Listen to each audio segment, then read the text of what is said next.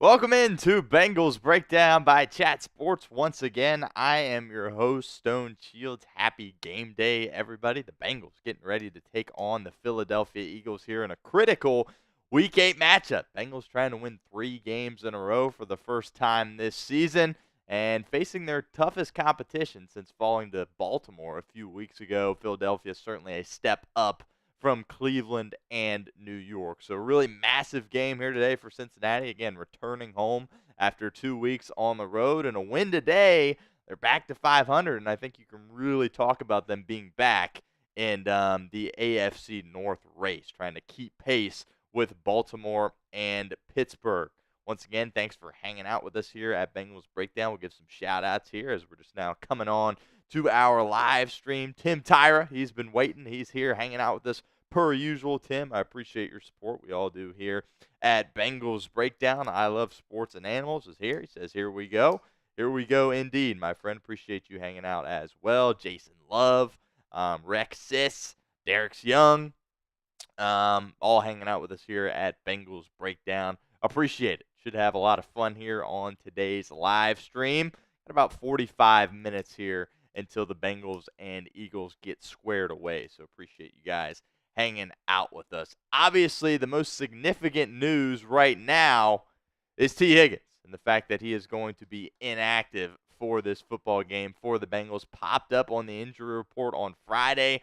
During Friday's walkthrough practice, suffered some type of quad injury, which obviously that is very difficult, right? Because, it's a walkthrough. I'm not exactly sure what the details are, but Cincinnati is going to be without T. Higgins for this football game, officially inactive for this game against the Eagles. And, ever since T. Higgins has came back, he's been such a boost for this Bengals team. Their offense has looked totally different. It's opened up things for Jamar Chase a lot more. And we'll see. It's going to be a lot more of a struggle here offensively for Cincinnati because Philadelphia is now going to be able to put a lot more attention on Jamar Chase, not having to worry about T. Higgins whatsoever in this football game. So throughout our pregame show, we'll, of course, talk about guys that need to step up. Yoshi is the first one that comes to mind. Maybe even Eric All Jr. at that tight end spot for Cincinnati. Maybe he gets more footballs thrown his way today.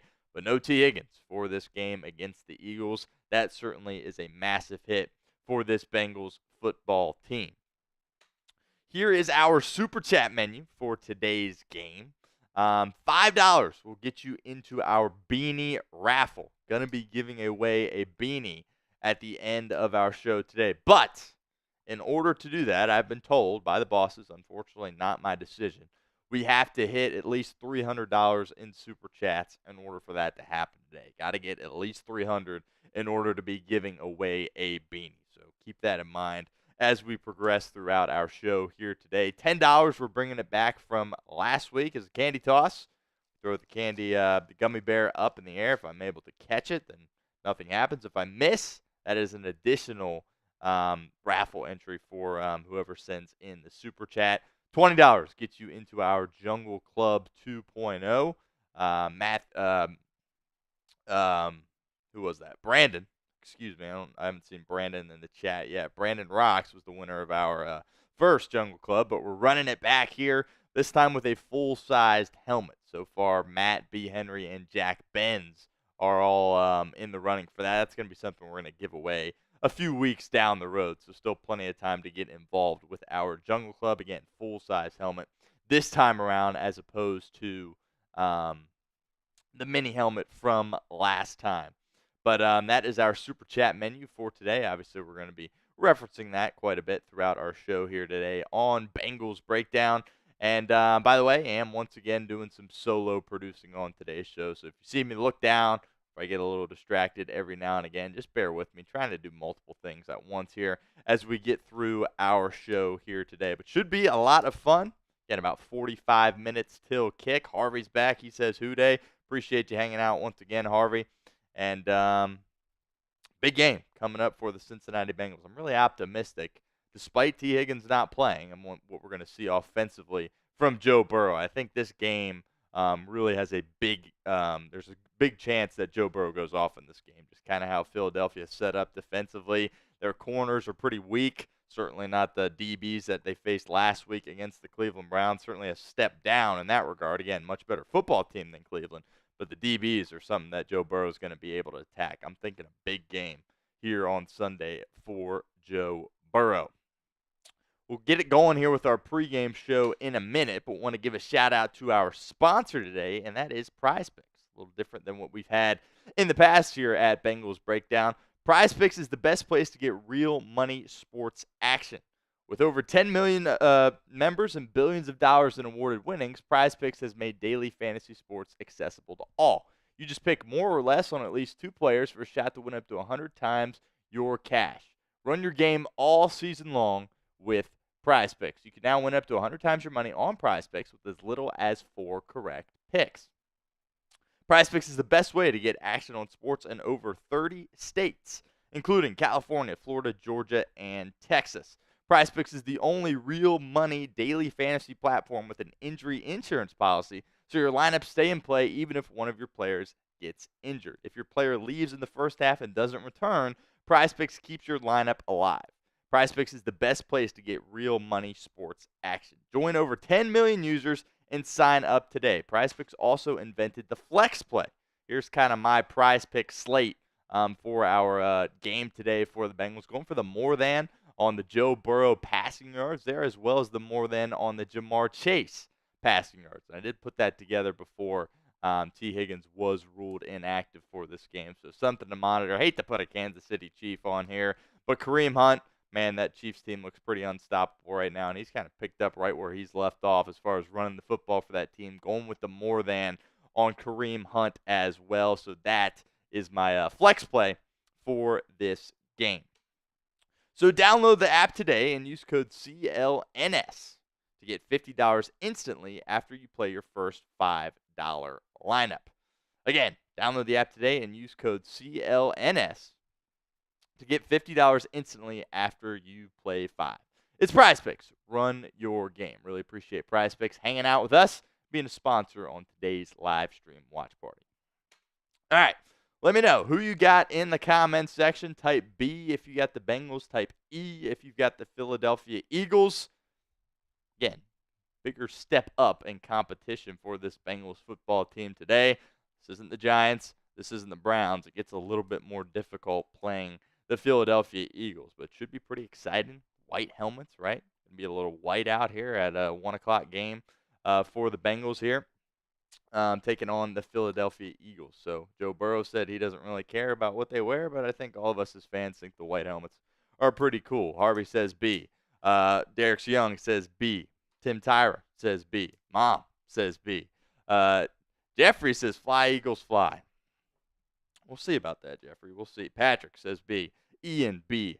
And then Jeffrey's getting his E's in there in the chat right now. So we'll see. Should be a pretty good game. Keep the comments flowing. Type B for the Bengals or E for the Philadelphia Eagles in this football game. And we'll get interactive in the comment section throughout the entirety of our show today here on Bengals Breakdown.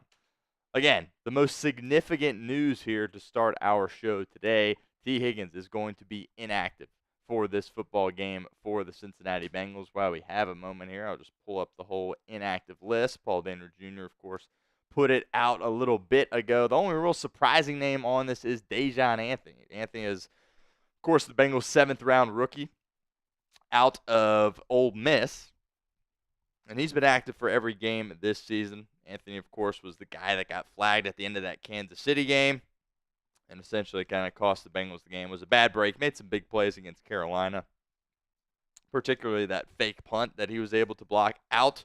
But that's interesting. No Dejon Anthony for Cincinnati today. So obviously that means Geno Stone is going to be out there playing, who we thought suffered a pretty significant injury towards the end of that Browns game, kind of in garbage time. It was a shin issue, but Zach Taylor was optimistic all week about him playing, and again, doesn't pop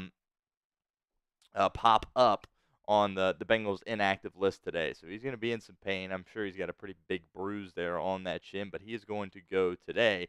And with no Dejon Anthony, that begs the question, maybe we'll see some Tyson Anderson get some snaps there at safety if they need to, bring anybody in from a rotation standpoint. Jordan Battle has seen his playing time go up has kind of played for Von Bell a little bit, but I'd be surprised if Geno Stone was out there for every single snap like he typically is, given that injury. And without Anthony, I think your next man up at that spot is probably Tyson Anderson, who's done a great job for the Bengals on special teams this year. Was a fifth-round pick for Cincinnati a couple of years ago out of Toledo. He's finally healthy and has really carved out a nice role for himself on this 2024 team. I think a lot of people would be interested to see what he can do defensively for Lou Anarumo. Again, we haven't really seen that yet. It's just been more of a special teams piece. But without Dejon Anthony being active today, maybe we'll see Tyson Anderson get some snaps on defense. Also, Cedric Johnson and Tanner McLaughlin are also inactive for today's game. McLaughlin's been active for every single game, and I believe Johnson has played in maybe one or two.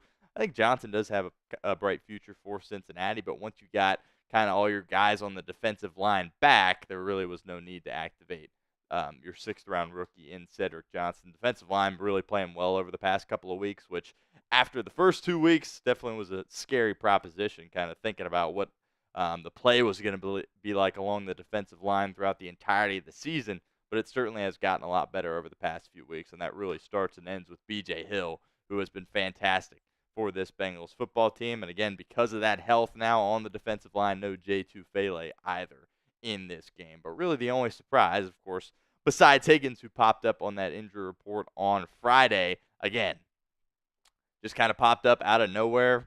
It's a walkthrough light practice on Friday, so I'd be interested to learn the details on what exactly happened, but we don't really know anything other than the fact he's not going to be playing today for Cincinnati. Certainly a big loss for this football team. That's kind of the most noteworthy news here as we start today's show. Make sure you guys like our video for us if you have not done so already. Let me get this up on the screen here. Essentially, if we don't get 400 likes on today's video, which is something that we haven't done the past couple of weeks.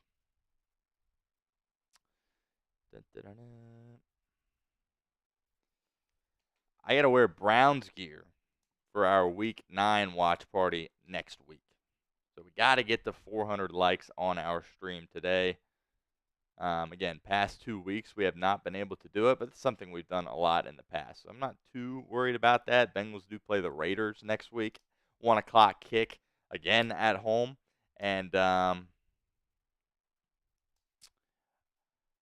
400 likes is needed, so I don't have to wear Browns gear next week. Yeah, that would not be fun. Not sure how I would get the Browns gear because I, of course, do not own any. But make sure you help us out. Like that video for us right now.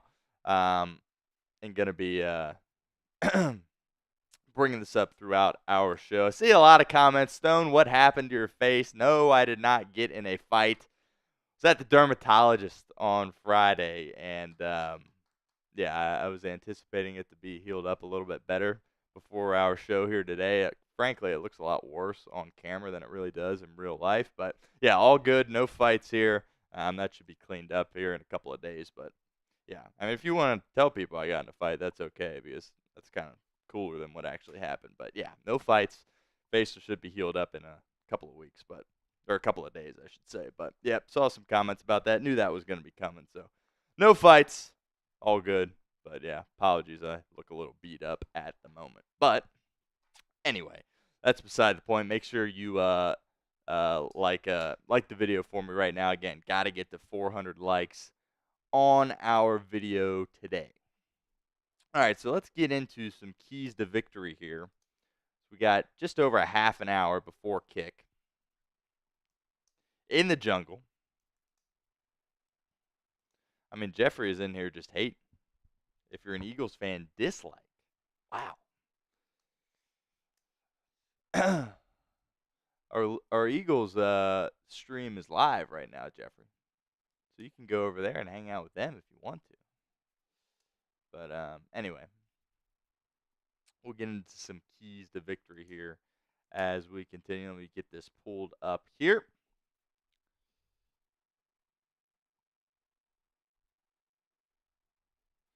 All right, and there we go. Key to victory number 1. I think Cincinnati really needs to make Jalen Hurts beat them in this game. Look, I'm a fan of Jalen Hurts. I think he's a solid quarterback in this league. Obviously, same quarterback class as Joe Burrow, kind of coming out in that COVID year, right? And look, Hurts has won a lot of games. Of course, went to the Super Bowl a couple of seasons ago with the Philadelphia Eagles. They eventually lost to the Kansas City Chiefs. But he hasn't really looked like the same quarterback since his offensive coordinator that year, Shane Steichen, left for the Colts head coaching job. He hasn't been quite as good. And something that made him really good that year in 2022 was the fact he was holding on to the football. He was protecting the football. And at this point, where he's at in his career, he's been known to kind of throw to the other team a little bit. So the Bengals need to take advantage of that. And why I'm saying that Jalen Hurts needs to be the guy that beats you, because you don't want Saquon Barkley to be that guy, which we'll get to him a little bit later on our pregame show. But Saquon Barkley is having one of the best years that I've seen from a running back to start. I think at this point he's playing like the best running back in the National Football League, with, of course, Christian McCaffrey being out. I think he is the best running back in the National Football League, and now he has a supporting cast, right? Because in his past, he had playing with New York, didn't really have much help, and it was kind of just him, and it was the Saquon Barkley show. Well, now when you have Jalen Hurts, Devontae Smith, A.J. Brown out there with you, Dallas Goedert, by the way, is going to be inactive for this game for the Philadelphia Eagles. But that makes it a lot more challenging to try to have to stop or slow down Saquon Barkley, because now it's not just him, right? He's got guys around him that are really good as well. So the Bengals are really going to need to step up from a corner perspective, which, again, we'll get into that. Here's what Barkley has done on the season so far. Some pretty incredible numbers there. And the thing about Barkley also is that he is a threat coming out of the backfield as a pass catcher as well. Really good in the screen game for Philadelphia. But Hurts threw a lot of those interceptions earlier in the season, so the turnover battle, of course, going to be massive, as it always is for any an NFL game, but particularly with the Bengals taking a step up here in terms of their level of competition. I think turning the ball over from Jalen Hurts certainly would help them out in this football game, no doubt about that.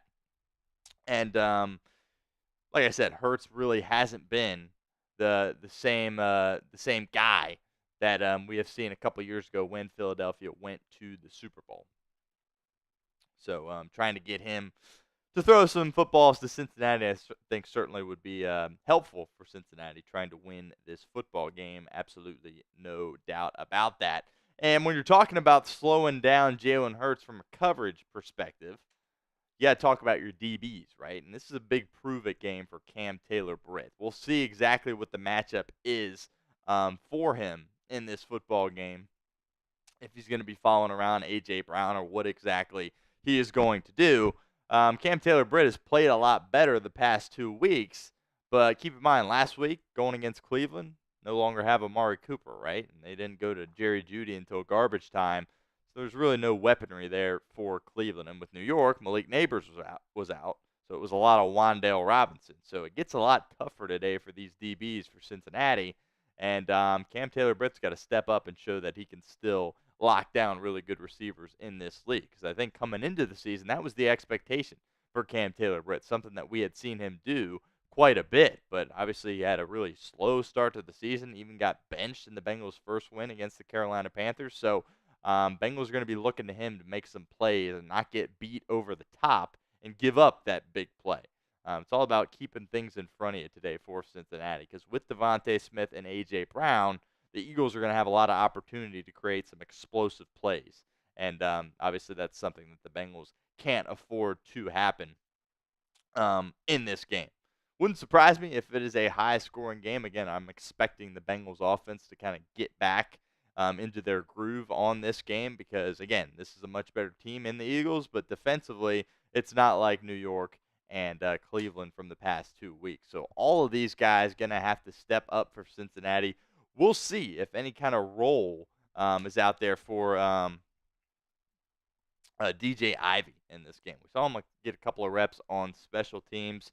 Ivy, of course, 7th-round pick in 2023 out of Miami, and tore his ACL kind of towards, I believe it was week 8 last year. So, it's going to be important for him to kind of step in and create a role for himself. Again, the Bengals are without Dax Hill for the rest of the season, so they can't really afford for Cam Taylor-Britt to go out there and play like he was in the beginning of the year. They need him to step up. Lou Anarumo has a ton of belief in Cam Taylor-Britt. He's spoken a lot about the kind of maturity that Cam Taylor-Britt has, how he kind of took his performance to the chin and understood that he had to go out there and be a much better football player for this team.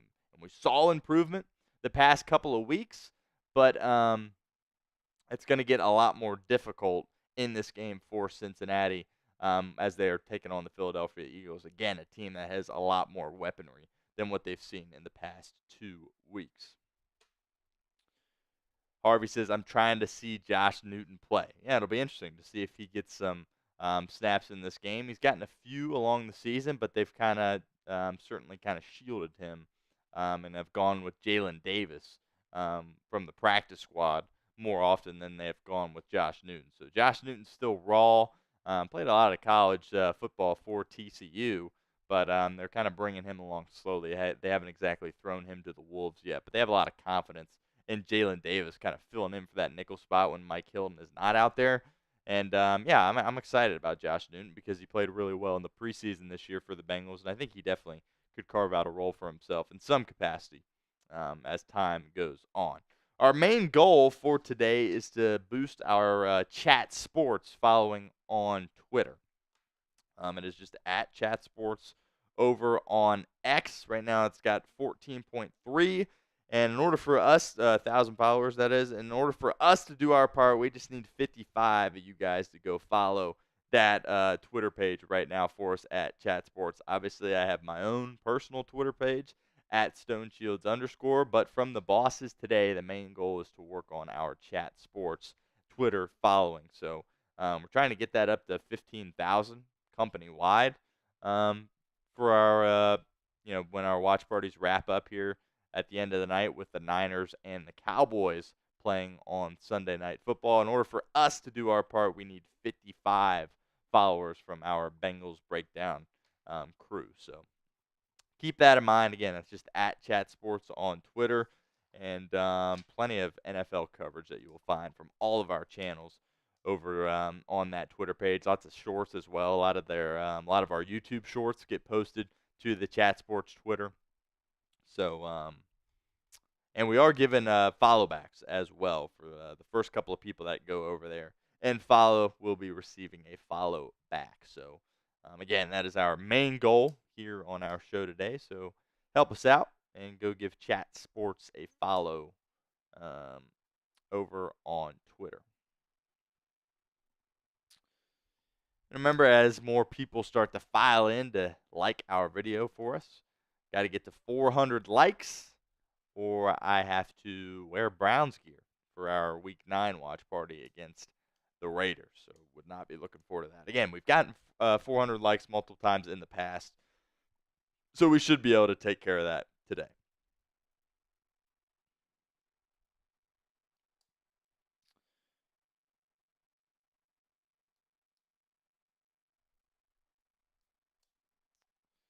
Susan makes a pretty good point here.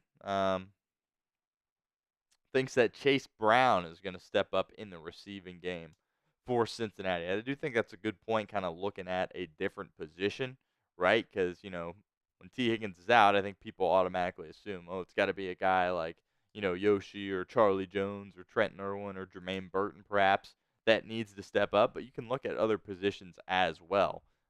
Chase Brown's been a good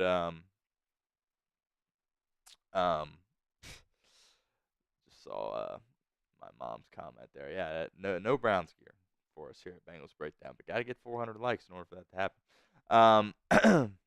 Where was I going with that? Oh, yeah. Chase Brown's been really good out of the backfield for Cincinnati in the screen game, and we'll see if Zach Taylor kind of dials up more of those looks with T. Higgins being out. But Eric All Jr. is the guy that I am focused on because when the ball goes his way, he usually makes plays. And the Bengals really like his versatility. He lines up as a fullback all the time, which is a look we really haven't seen from Zach Taylor's offense throughout his time here as the head coach in Cincinnati. And they have a lot of confidence in Eric All Jr., the rookie, local guy, again, went to Fairfield High School. And he can do a lot. The Bengals have been searching for that tight end that can wear those multiple hats for it feels like my entire life.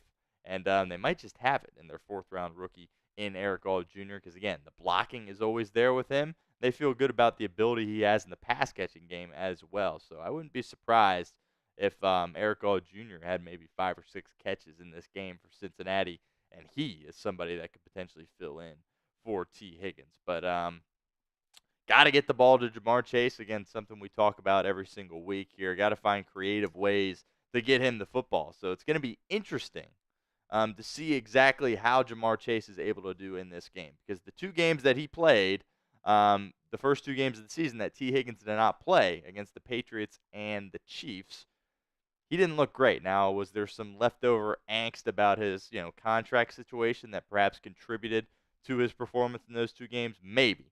But if it was just the fact that T. Higgins wasn't out there, that certainly raises some concern if you're Cincinnati here in this game. So got to find creative ways to get Chase the football. No doubt about that. Bengals Solo says Zach Moss is bad. Keep Chase going. I wouldn't say he's bad. They're definitely 2 totally different backs, right? I really like the change of pace that it offers when you switch those 2 guys out because they really are nothing alike as far as their ability to run the football. Chase Brown obviously can find a whole totally different gear than what Zach Moss can. But I think Zach Moss, as far as his abilities in pass pro, has been really good for this football team so far this year. So we've started to see the Bengals kind of shift towards. Starting the year, it seemed like Zach Moss was getting some more carries, and then it became very 50-50, which is kind of what Zach Taylor and Dan Pitcher continued to say was going to be the case for this football team. And now I think we've seen Chase Brown kind of take that lead as the lead back for Cincinnati. But they're definitely going to find ways to work Zach Moss into the lineup. Again, they're totally different backs. I do like the change of pace that it provides when you switch those guys out interchangeably. But yeah, if I had to pick one guy, I'm picking Chase Brown. I think we all probably would agree with that, and that's something that we said really all throughout the offseason and throughout the first couple of weeks as well when Chase Brown wasn't seeing the kind of touches that Zach Moss was early on in the season for the Bengals. Again, here's our Super Chat menu as more people begin to file in. $5 Super Chat will get you into our beanie raffle. Now, not my call. Per the bosses, have to get $300 in Super Chats if we were going to do that beanie raffle. And right now we are at 0. Just putting that out there. $5. Hopefully we'll have a beanie raffle at the end. $10 will be a candy toss. Toss the gummy bear up. Try to catch it in my mouth. If not, it's an additional raffle or entry into our beanie raffle. Again, hopefully that's something we can do at the end of our show. $20 gets you into our Jungle Club 2.0. We gave away our mini helmet a couple of weeks ago to Brandon Rocks. And now we are doing a full-size helmet a couple of weeks from now. Jungle Club 2.0. Matt, B. Henry, and Jack Benz are currently our members for that. So that is our Super Chat menu for today's show. Again, we will continue to refer back to that throughout our show here today. But as you continue to file in, make sure you like our video for us if you have not done so already. All right, now let's get back into our, of course, keep the comments coming.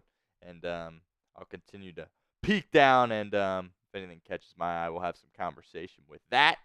But we'll get back to our keys to victory here as we approach kickoff, which is about 20 minutes away for us right now. Trey Hendrickson got to stay hot in this game for Cincinnati. Hendrickson's picked up right where he's left off. Boy, has he been awesome for this football team ever since they signed him a couple of seasons ago. His sack numbers are up, and I think he's really benefited from the rest of the defensive line playing well, and it's kind of given him opportunities to continue to wreak havoc and be a disruptor from a pass rush perspective for Lou Anarumo's defense. It is, continuity isn't as big on the defensive line as it is on the offensive line, of course, but I still think there's a lot to be said about how B.J. Hill has been kind of playing in the interior for Cincinnati, and that's really allowed Trey Hendrickson to continue to have a great season. He's got 7 sacks on the year through 7 games played, has a couple of pass breakups as well, and the word that comes to mind when you're talking about Trey Hendrickson is just disruptor, right? I think that is the kind of biggest thing, his biggest strength for this football team is being a disruptor and being able to go in there and create havoc for opposing offenses. You think about, the play he made against Carolina, kind of just getting his hand on Andy Dalton's arm as Dalton was getting ready to release a pass. Ball goes straight up in the air. Von Bell picks it off, and he had a turnover, right? So those are the kind of plays, game-changing plays, that Trey Hendrickson has the ability to make. And he's going to be matched up against Fred Johnson in this game. Name might ring a bell because he used to play football for the Cincinnati Bengals, kind of a journeyman. Has been waived a couple of times, has bounced around practice squads, but with the injury of Jordan Mailata for the Philadelphia Eagles, which is a break for the Bengals, that Mailata is on IR, that's a favorable matchup for Trey Hendrickson, and that would not surprise me at all if he was able to go out there and get several sacks in this football game. So, look, I think Trey Hendrickson has incredible ability to do that. As I get this queued up here, yes, over or under a half a sack for Trey Hendrickson. This to me seems like a lock in the over department. Again, that favorable matchup against Fred Johnson in this football game, and also Mekhi Becton is going to be inactive for this game for Philadelphia. He is works on the interior of the offensive line for Philadelphia. He suffered a concussion in their win last week against the Giants. Didn't practice all week, obviously, and he's not going to be playing today. So a lot of beat-up guys on that Philadelphia offensive line, which is going to present some opportunity for Cincinnati to make some plays, as, of course, their defensive line is much more healthy at this point than it certainly was at the beginning of the year. So let me know in the comment section, O for over, U for under. How many Trey Hendrickson sacks will we see today for Cincinnati? Feels like a lock that he's at least going to get one, right? But we'll see. Let me know in the comment section, O for over or U for under. Tim Tyra, he says O. I agree with you there, Tim. No doubt about that. Harvey says Jermaine Burton is a deep threat. No doubt about that. That was kind of his forte when he was playing at the University of Alabama. I will come back to that in a second. But Bengal Solo says, what is the Jungle Club? Basically, you send in a $20 super chat, and you are in our Jungle Club, which is only die-hard Bengals fans. And at some point, once we get enough people in the club, we will raffle off a full-size Bengals helmet. This is Jungle Club 2.0. First version of the Jungle Club was a mini helmet that we gave away a couple of weeks ago. Brandon Rocks was able to bring that home. So now we have upgraded to a full-size helmet. But, yeah, at some point we will give that away in the future. But that is our Jungle Club. But, yes, Jermaine Burton, we keep waiting for him to kind of, do something, right, for this football team. Really the only noteworthy play that he has is, that catch he was able to have down the sideline in week 2 against Kansas City. Haven't really seen, him since then. Has kind of had some games where he's been inactive. Obviously, he's going to be active today with no T. Higgins. Be interesting to see if Zach Taylor dials up any deep shots for Jermaine Burton, because that definitely is the best part of his game. I mean, for a while, I was looking at, Burton as a potential punt returner or kick returner for this football team, given the early struggles of Charlie Jones. But I think after last week, that's not going to be happening, as Charlie Jones, of course, brought back the opening kick for Cincinnati to the house against Cleveland. So I don't think we're going to be seeing any changes in that department. But that potentially was a role that I thought Jermaine Burton could have with this football team going forward. But again, after Charlie Jones' performance, don't think that is going to happen. Harvey says, isn't Nick Chubb better than Barkley? I don't think so, but I think some people would say that. But, the Chubb we saw last week clearly was not, up to full speed, which would be unfair to expect that from him after coming back after a significant injury like that. So we'll see how Chubb plays throughout the remainder of the year, but I just think the versatility of Barkley as a pass catcher makes him a little bit better. But that's just my personal opinion. Both elite backs, no question about that.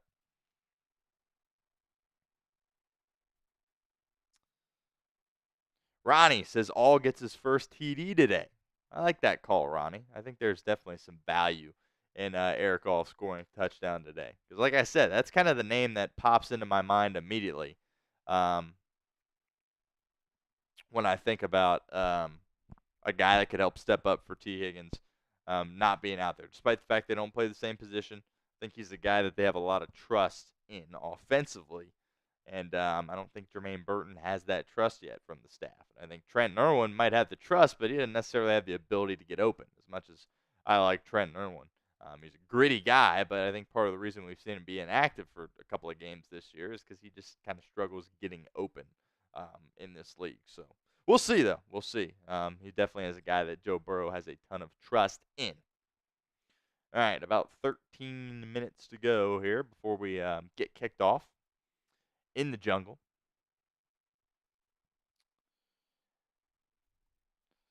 And look, the Bengals have to be better on third down in this game. It's going to be a very crucial down for Cincinnati. Let's take a look at what Cincinnati has done the past 2 weeks on third down, and it has been absolutely horrible. They have not been able to go out there and be productive on third down. Last week against Cleveland, they were 2 of 13, and then the week prior against the Giants, they were 4 of 11.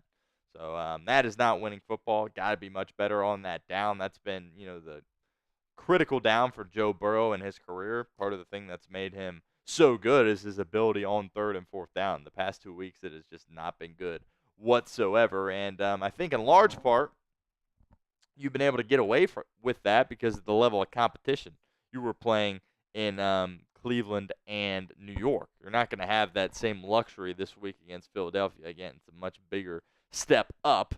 And, I think this week, you hope the Bengals can just go out there and always just play their own game and execute at a high level, right? That obviously would be the goal. But the Bengals have shown they play up or down to the level of competition that they are playing. That's something they've always done throughout the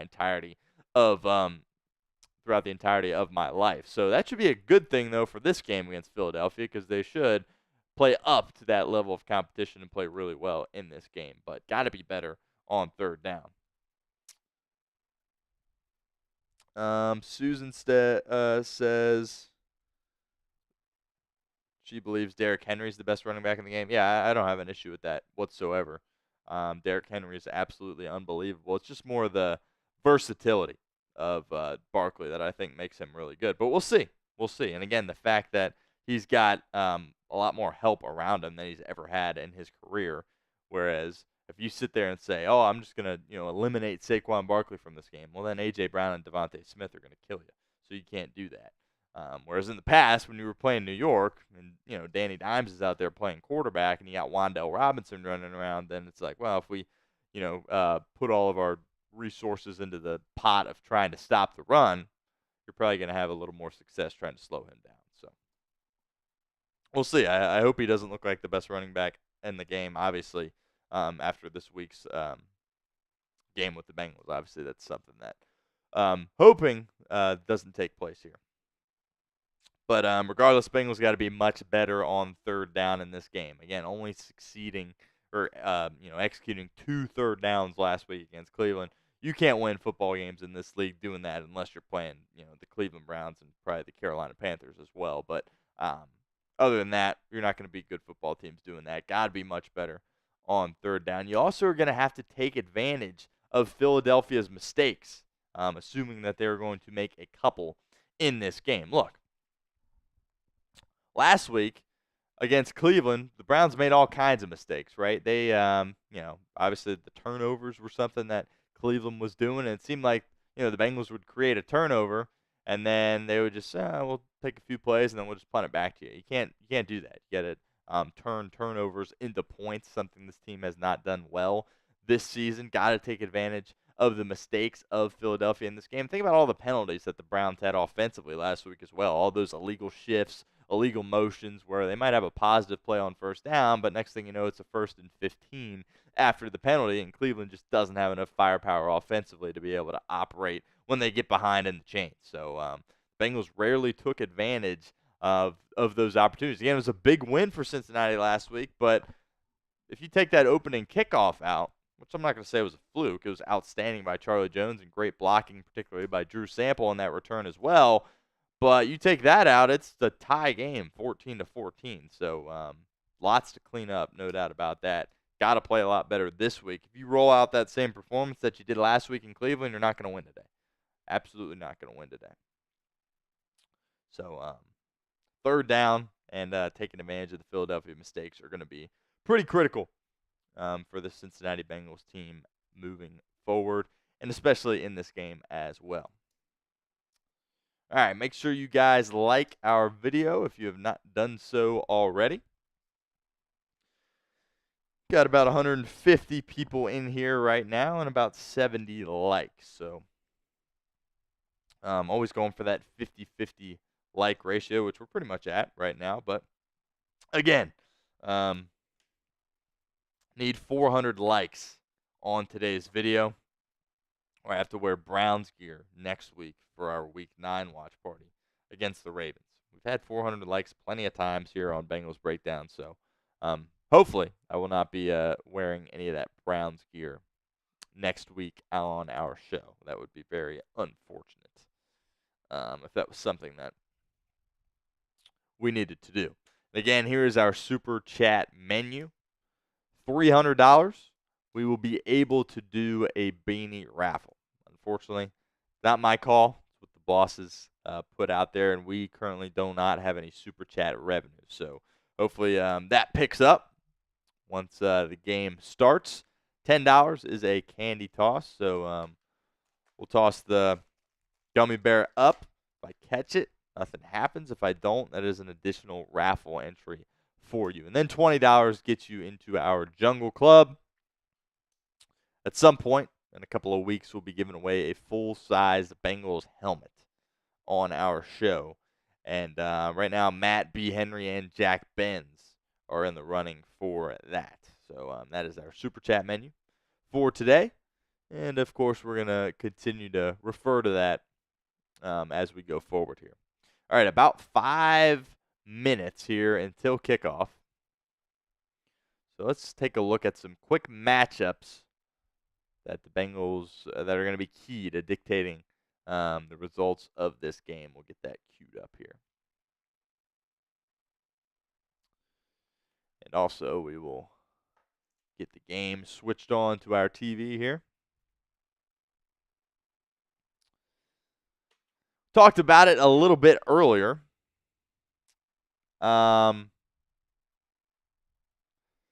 Trey Hendrickson and Fred Johnson is going to be a massive matchup in this football game. Fred Johnson, of course, used to be a Cincinnati Bengal, so there's some familiarity there. But as I mentioned, Johnson's a guy that's really kind of bounced around the league, has been waived several times throughout his career, and has been a practice squad guy, and now he finds himself in a position where he's the starting left tackle for this Philadelphia Eagles team after Jordan Mailata was placed on IR. Mailata, one of the best tackles in the National Football League. So the Bengals kind of catch a break that they do not have to face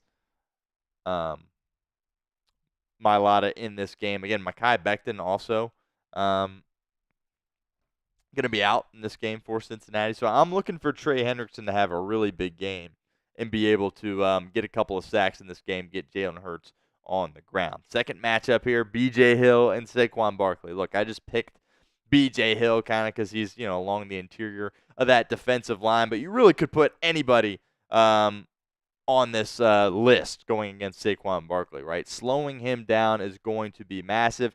Trust me when I tell you he has the ability to wreck this game. He has the ability to put this Eagles team on his back and propel them to victory. So the Bengals have to be ready to tackle, and they have to account for him out of the backfield because he has the ability to make some explosive plays in the screen game as well. And he's just such a physical runner, so low to the ground. The force that he runs with is incredible, really tough to tackle. And the Bengals are really going to have to do a good job slowing him down if they want to have success in this game. Another matchup, Cam Taylor-Britt. We talked about how it's going to be big for the defensive backs in this game to rise to the occasion. Going against this receiving core in the Philadelphia Eagles, probably the best receiving core you've had to face this season. Baltimore certainly presents some challenges, but that Kansas City team, they're kind of built on Andy Reid and Patrick Mahomes more so than just star power at receiver. DeAndre Hopkins, of course, coming over in a trade, so maybe we'll see if things change in that regard as time goes on. But regardless, A.J. Brown, he's been banged up a little bit this year, but I think he is now fully healthy, so he's going to be an issue for this Bengals team. And Cam Taylor-Britt, an opportunity against a really good player, regardless of who he's lined up against. Again, we don't know if it's going to be, him following around, A.J. Brown all day, but regardless if it's him or Devontae Smith, it's going to be a very challenging matchup in this game.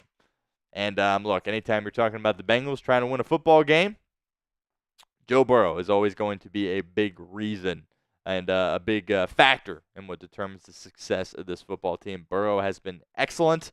If he goes off in this game, don't be surprised if you see him vault into the MVP conversation if this Bengals team gets back to 500. Look, if they would have beat Kansas City and Baltimore, as they were a play away from beating both of those two teams, I think he would be maybe not the front runner, but certainly top three, along with guys like Lamar Jackson and perhaps Derrick Henry as well of Baltimore. So Joe Burrow's played outstanding football for this team this year. Statistically, the past 2 weeks, he hasn't really lit things up, but that's part of what makes Burrow so good. He understands what he needs to do in order for the team to win games, and that's what he has done the past 2 weeks, despite, not lighting up the stat sheet for Cincinnati in those two games. And also, we talked about this during one of our preview videos the other day. The kicking battle, believe it or not, could be something that is really significant in this football game. The Bengals, of course, drafted Jake Elliott years and years ago, and he has become one of the best, most consistent kickers in the National Football League at that kicking position for Philadelphia. He's really made some clutch kicks. And if you're an Eagles fan, you pretty much anytime he steps up there, you feel good about his chances of making a kick. So Evan McPherson, that's who the Bengals have always had so much confidence in. But for whatever reason, there's been some shakiness this year. I think that 50-yarder that was missed last week in Cleveland certainly is a concern. It appeared as though the snap and the hold was good enough. Obviously, McPherson is trying to get used to Ryan Rico as the holder, which really is unfortunate because Rico is having such a terrific year as the punter for Cincinnati. But with some of the issues that they've had in the kicking game, I think that's kind of gotten glossed over a little bit because really, Kevin Huber said it best. If you're a punter, it's not just punting the football. Holding is a massive part of your job, and I think that was one of the most underrated parts of Kevin Huber's game is he was an excellent, excellent holder. You never had to worry about holding when Kevin Huber was playing football for the Cincinnati Bengals. Now with Ryan Rico, there's been some shakiness. Obviously, the potential game winner in overtime against Baltimore was missed because Ryan Rico dropped the snap. So, don't be surprised if this game comes down to a field goal, and hopefully that unit for Cincinnati can rise to the occasion and be good for them in this football game because so far this year there has been some struggles in that department. That's just kind of reality right now. And McPherson, of course, got his extension this offseason. I'm not going to sit here and say that I have lost faith in Evan McPherson. Not going to say that whatsoever. Again, I think it is the guys around him that are causing some of these struggles. But Evan McPherson, don't be surprised if there's a situation today where a massive kick comes up for one of these two football teams, and whoever executes it is going to be who wins this football game. So definitely think that will be a factor in this one, no doubt about it. All right, it is 1 o'clock, so that means we are just moments away from kickoff here in Cincinnati. So spam those Who Days for us in the comment section right now as you continue to file in, trying to get our chat rate to spike here on Bengals Breakdown. Type in those Who Days for us right now, and we'll see. Should only be a couple of moments before the Cincinnati Bengals take the field in their all-white helmets. Also in the comment section, if you want to let me know what you think about those helmets, I'd be curious to discuss that. I think they're absolutely great. I know Joe Burrow has talked about how he'll play in whatever. He doesn't really care, whatever. From a fan's perspective, I think they're pretty cool, the whole white tiger look. And, I think the stadium definitely, if this was a night game, kind of would light up a little bit better in the all-whites. But regardless, pretty cool to see the Cincinnati debuting the white helmets for the first time here in 2024. Derek Young says he hates them. He is not a fan of the white helmets. I understand that if you have an issue with change, seeing them certainly is different because, a couple of years ago was the first time they debuted. So, if you're a traditionalist, I certainly understand your issues with them. Fortune 5 says, I love them. Harvey loves them. Susan seems to be fired up about him as well. Lane Brady. First time I've seen that name, so appreciate you hanging out with us, Lane. Tim Tyra doesn't like him.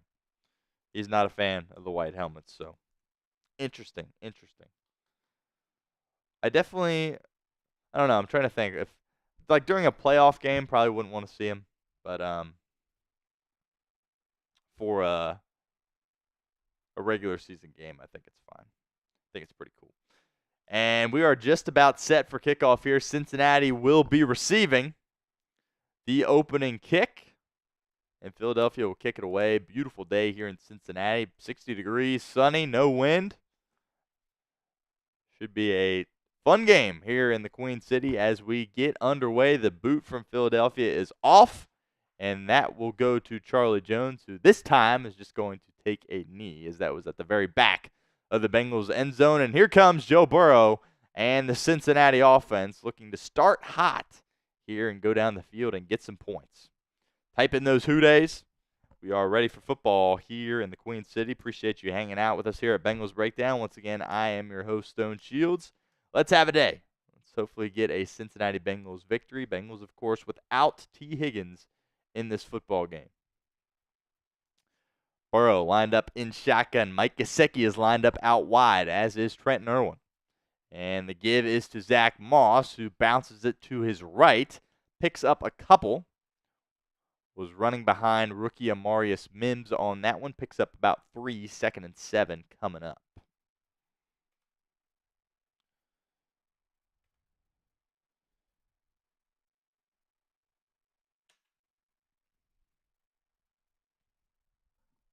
Again, doing some solo producing here today, so we'll update the scoreboard as quickly as possible, but feel free to remind me if I've not done it in a while. Here comes Irwin in motion. Play action. Burrow looking over the middle, running out of time. Dumps it off to Zach Moss, who picks up about 5, maybe 6. 3rd and short coming up for Cincinnati. Type in those threes for us in the comments section.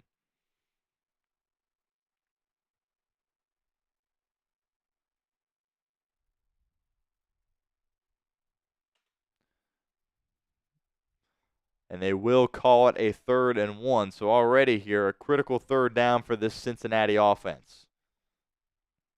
See what Zach Taylor has dialed up. Zach Moss remains the running back in the game. Bengals have 4 wide receivers out wide. Here comes Gesicki in motion. Burrow takes the snap, looking towards the boundary. Fires, pass is caught.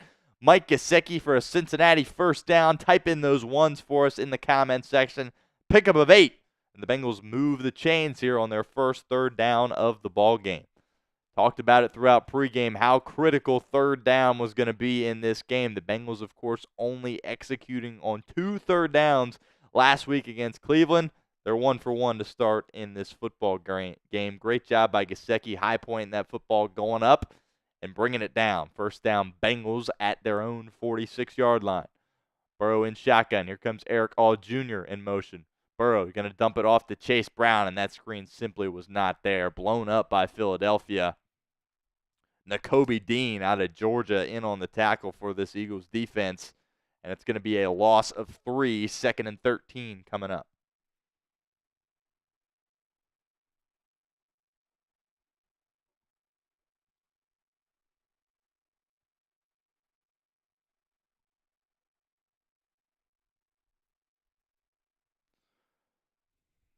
Burrow now in empty, 2nd and 13 at the Bengals' own 43-yard line. Burrow takes the snap. Eagles bring 4. Burrow firing towards the right. Pass is caught by Chase Brown, who gets it past the original line of scrimmage. Pickup of about 5. Going to be 3rd and long coming up here for this Bengals offense. Type in those threes. Bengals 1 of 1 to start on 3rd down so far today. They found Mike Gesicki a couple of plays ago on 3rd and short. Now it's going to be a 3rd and 8 for this Bengals offense. Zach Moss is the running back in the game. Orlando Brown Jr., by the way, is out there playing at left tackle for Cincinnati, dealing with that knee/calf issue he suffered in Cleveland. Here's Burrow. Takes the snap. Eagles bring 4. Quick pass to Jamar Chase. Pass is caught. First down, Cincinnati. Pickup of 12 into Philadelphia territory. Type in those ones for us in the comments section. Great job by Zach Taylor getting the ball in Jamar Chase's hands early. First possession, he gets his first catch. Great timing there with Joe Burrow per usual. Like Philadelphia was in a bit of a zone there, and Jamar Chase just kind of pumped the brakes, sat down in that soft spot, and was able to pick up a first down. Solid run after catch as well for Jamar Chase. Bengals 2 of 2 on 3rd down to start this drive. Little read option here, and they'll give it to Chase Brown. Not much doing there. Gets about a yard on that one.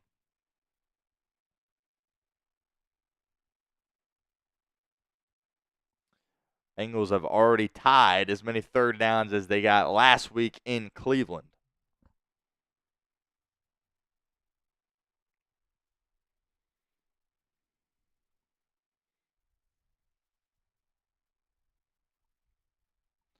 Burrow, a perfect 5 for 5 to start this game. Ball in Philadelphia territory at the Eagles' 39-yard line. Burrow in shotgun. Takes the snap, a little delayed handoff this time to Zach Moss, who picks up about 3 yards. Going to be another 3rd down, 3rd and 6 this time for Cincinnati. And they're going to go quickly here. Philadelphia trying to substitute. Burrow's going to try to catch him with 12 guys on the field, and he is absolutely insanely ticked off at this moment, as he had just a little bit of a fit there. He was trying to get that snap off as Philadelphia was substituting, and he was not able to do that. Some frustration there from Burrow. Tried to pull a bit of an Aaron Rodgers there, and they weren't able to get the snap off. Regardless, they'll reset. 3rd and 6 here. Burrow takes the snap, waiting, firing, dumping off. Pass caught. Zach Moss, enough for a Cincinnati first down. Pickup of 8 yards on the play for Moss, and the Bengals are 3 for 3 on 3rd down on this drive.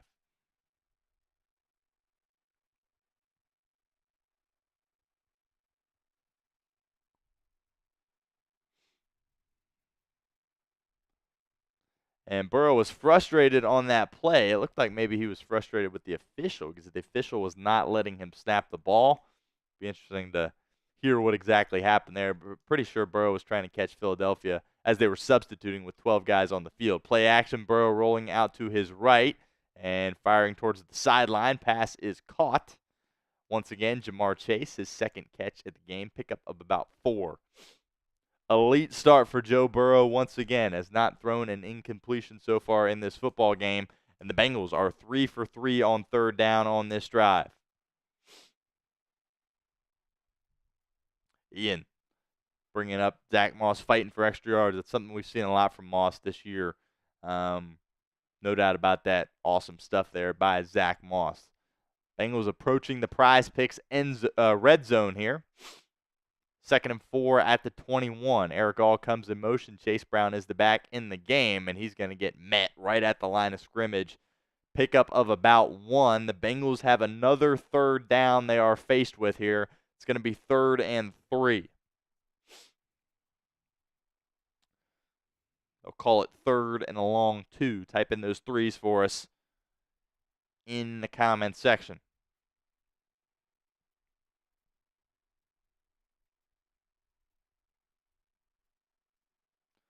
Get this clock updated here as we are already about halfway through the first quarter. Really nice drive for the Bengals. Can they execute in the red zone? Quick pass to Jamar Chase in the flat. And Chase able to muscle his way towards a first down, and it will be another first down for Cincinnati. The Bengals are 4 for 4 on 3rd down on this drive. Talked about how critical 3rd down was going to be in this game for this football team after the struggles the past 2 weeks on 3rd down, and they are 4 for 4 on 3rd down, and Joe Burrow is absolutely locked in to start this game. 7 minutes to go here in the first quarter. Chase comes in motion. Burrow takes the snap, running out of time and just tries to dump it off as he gets hit. And they're still acting like it is a live ball. And Chase Brown's going to pounce on it just for safety, but very clearly an incomplete pass. Good hustle, though, by Chase Brown. Burrow took a pretty big shot on that one. Eagles pass rush able to get home, but no harm, no foul there for Cincinnati. Alex Kappa just got beat there. And the youngster out of Georgia, Jalen Carter, who's really a great football player for this Eagles defense, lays the hit on Burrow, but Burrow's able to get it out, doesn't lose any yardage. Again, Bengals in the Prize Picks red zone here. 2nd and 10, 7 minutes, 9 seconds to go in the first quarter. 3 seconds to go on the shot clock. Eagles bring 4. Burrow towards the boundary again. Pass is caught by Zach Moss. Pickup of 5. Another 3rd down for Cincinnati. Bengals are 4 for 4 on 3rd down on this drive. Can they make it 5 for 5? It's going to be 3rd and 6 here. Clock winds under 7 minutes.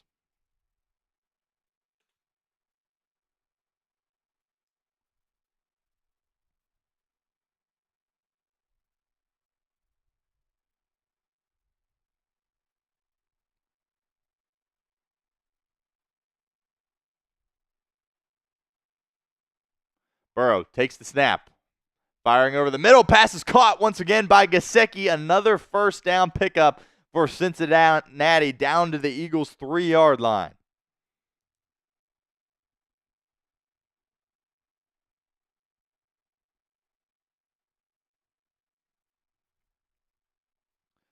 Bengals a perfect 5 for 5 on 3rd down on this drive. How about that?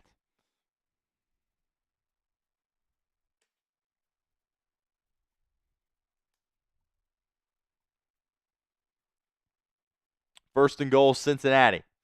Burrow in the shotgun at the Eagles' 3-yard line. Takes the snap, hands it off. It's Zach Moss fighting his way towards the end zone, not able to get there.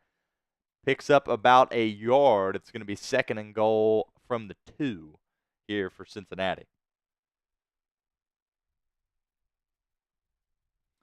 Just a beautiful first drive from Zach Taylor, as the Bengals have chewed up about 10 minutes of the first quarter clock on this drive as the clock continues to run here. Can they pay it off and punch it into the end zone for a touchdown? Burrow's going to be an empty on this one. See if the quarterback run is something that potentially could be exercised here on 2nd and goal. They're going to motion Chase into the backfield. Burrow takes the snap, drops back. He wants Chase, isn't there. Burrow directing traffic, firing towards the end zone. Pass is caught. Jamar Chase in the back of the end zone for a touchdown, and Cincinnati strikes first. It is 6-0 in the jungle. What a beautiful drive from Joe Burrow and this Bengals offense as they go 5 for 5 on 3rd down, and it results in a touchdown. 6-0 Cincinnati.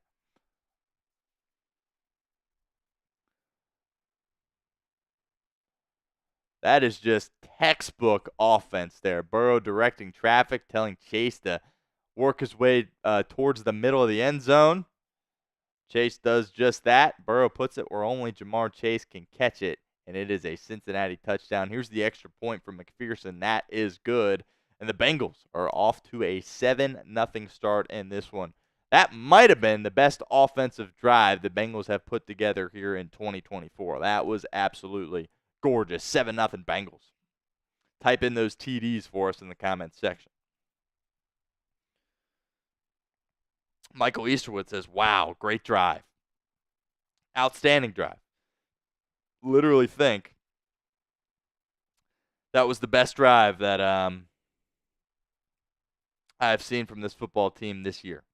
That was something to behold there, no doubt about it. Well, we have a moment here. I want to shout out our friends over at Prize Picks because they are the sponsor of our show today. Prize Picks is the best place to get real money sports action. With over 10 million members and billions of dollars in awarded winnings, Prize Picks has made daily fantasy sports accessible to all. You just pick more or less on at least 2 players for a shot to win up to 100 times your cash. Run your game all season long on Prize Picks. You can now win up to 100 times your money on Prize Picks with as little as 4 correct picks.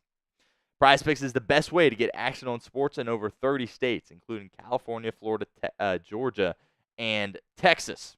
Prize Picks is the only real money daily fantasy platform with an injury insurance policy, so your lineups stay in play even if one of your players gets injured. If your player leaves in the first half and doesn't return, Prize Picks keeps your lineup live. Prize Picks is the best place to get real money sports action. Join over 10 million users and sign up today. They also invented the Flex Play.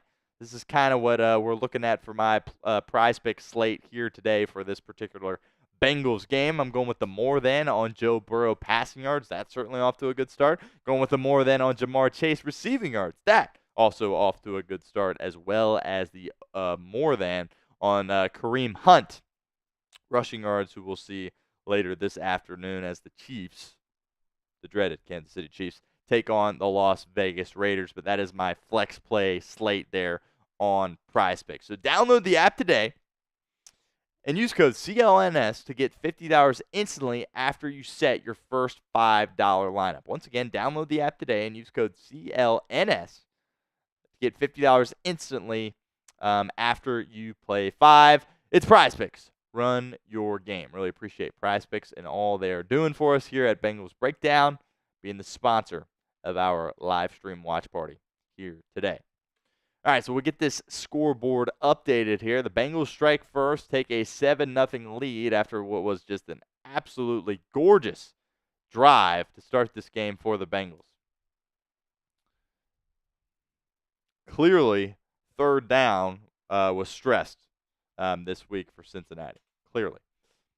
And that chews up 10 minutes of the first quarter as well. Jalen Hurts and that Philly offense just sat there for the first 10 minutes of that first quarter. That was awesome.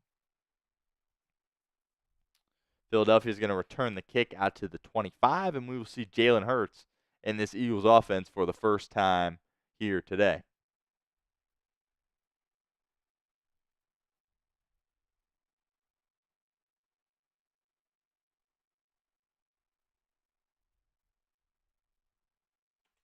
Our live sub count up there for you guys. See if we can't hit 13K. I think that's a reasonable goal as more people continue to file in here. By the way, make sure you like our video. We're at 110, need 400, or I have to wear Browns gear next week on our stream. Here's the give to Saquon Barkley, who works his way through the middle. A nice physical run there by Barkley. Pickup of 6 on Philadelphia's first offensive play from scrimmage.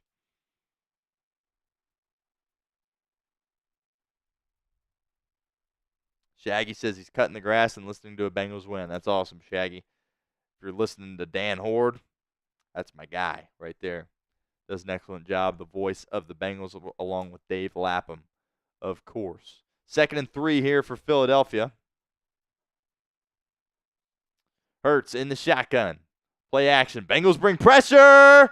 Hurts escapes. Takes off over the middle. Great job by Jalen Hurts. Is going to pick up about 7 yards with his legs. Love the aggression there by Anarumo, bringing some early pressure on Jalen Hurts, but they are not able to get home.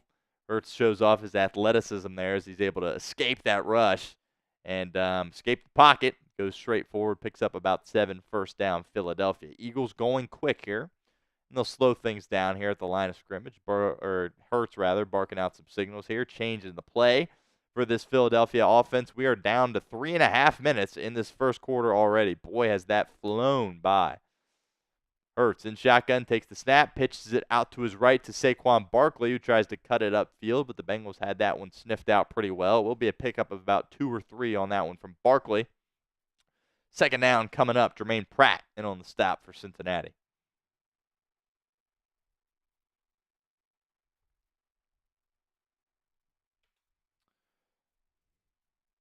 Trey Hendrickson, of course, out there for this Bengals defense, looking to wreak some havoc and be a disruptor here in this game for Lou Anarumo's side of the ball. Play action here from Philadelphia. Hurts with all day to throw, firing over the middle. Pass is caught by A.J. Brown. Just kind of found the soft spot of that Cincinnati defense, and he is into Cincinnati territory out past the 30-yard line for a first down for Philadelphia.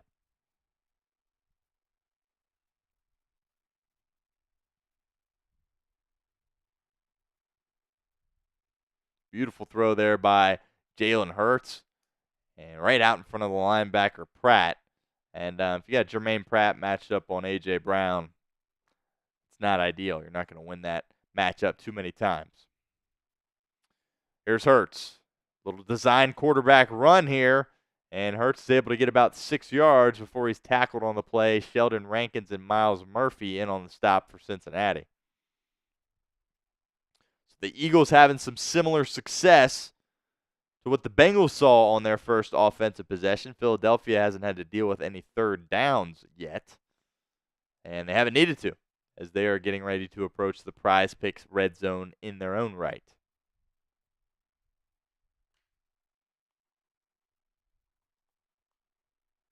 Here's the give to Saquon Barkley, and he'll pick up about 5, good enough for another Philadelphia first down. Bengals defense struggling here on this first drive. Eagles offense moving the ball at will. Saquon Barkley off to a hot start, as we expected here in this game. Eagles into the Prize Picks red zone. Already down to a minute left to go here in this first quarter.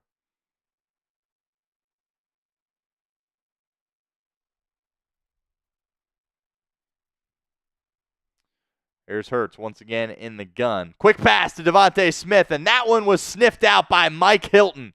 Outstanding play by the Bengals nickel, veteran out of Ole Miss. Has made plays on this Lou Anarumo defense for years now and makes another one there. Boy, he just sniffed that one out perfectly. Was able to shed the block there from another Philadelphia receiver and tackle Devontae Smith for a loss of 3. That's a TFL for Mike Hilton. Outstanding play by the Bengals nickel.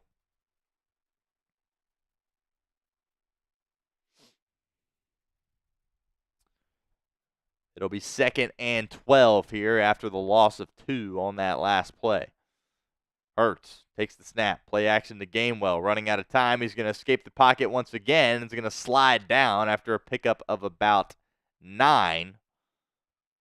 He'll be about 3 yards short of the marker, but there is a flag. It looks like it's going to be a hold on Philadelphia, and it is. First penalty flag of the game here in this game in the closing seconds of the first quarter, and it's going to back up Philadelphia 10 yards. Going to be 2nd and a mile for Nick Sirianni's offense.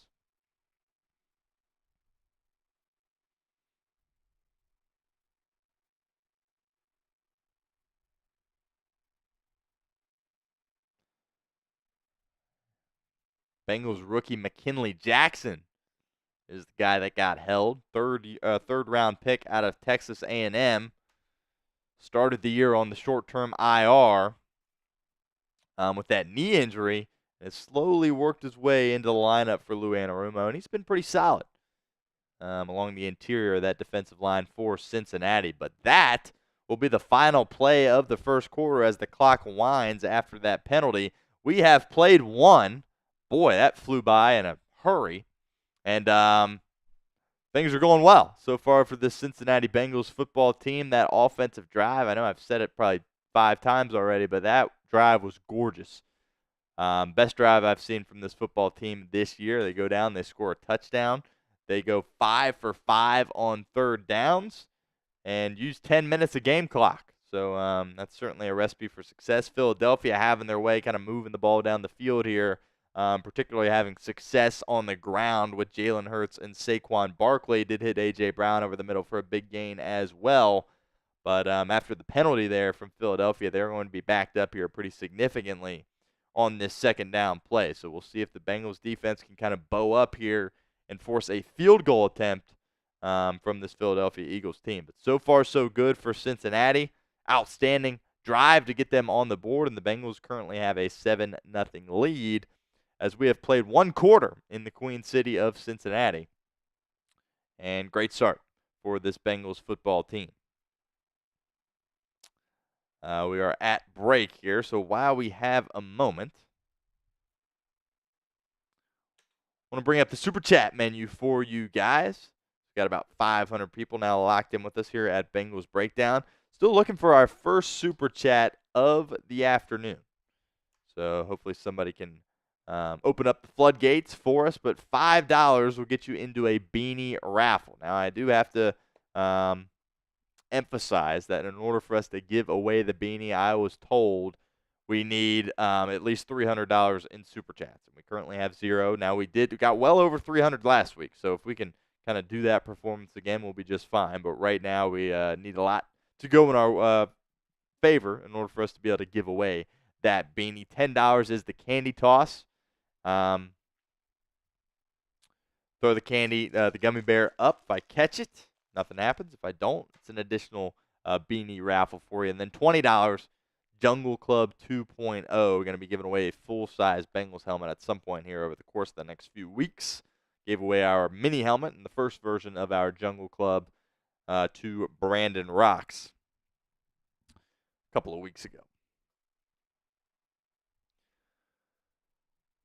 So it will be 2nd and 22 here for Philadelphia. Going to back them up pretty significantly here. First play of the second quarter. Shot clock winding down. Jalen Hurts has got to hurry here. 1 second. I don't know if he got it off. No flags. They'll dump it off to Saquon Barkley here. Jermaine Pratt has an opportunity to make a play in space. Didn't. Pickup of about 7. Right back into the Prize Picks red zone for Philadelphia. But it is 3rd and long. Type in those threes for us in the comment section. Really tough to bring down Saquon Barkley in space. Pratt did actually bring him to the ground, but Barkley was able to make a nice move, get around him, pick up 7 on the play. But it is 3rd and 15 for this Philadelphia Eagles offense. Type in those threes. Let's see if the Bengals defense can get off the field here and force a field goal attempt from Nick Sirianni's offense. Anarumo brings 4. Hurts firing towards the end zone. Incomplete. Intended for A.J. Brown. Great coverage on the play by CTB. Cam Taylor-Britt. We talked about during our pregame show that CTB was going to have to step up in this game with some tough matchups on the horizon with Devontae Smith and A.J. Brown, and that's beautiful coverage there by the Bengals' young receiver out of Nebraska. Outstanding stuff there, forcing a field goal attempt here from Jake Elliott. Great job by CTB on A.J. Brown on that play. Jalen Hurts went for it all, was trying to get to the end zone there as the kick from Elliott is away, and he sneaks it in that right upright. And Philadelphia is now on the board as we will get all of this updated here on our screen. And we do have a super chat we got to get to that will start us off here. And again, hopefully it opens up the floodgates for us a little bit on our show. All right, 7-3 Philadelphia after the field goal. Great job by the Bengals defense. They catch kind of a break there with that holding penalty against McKinley Jackson.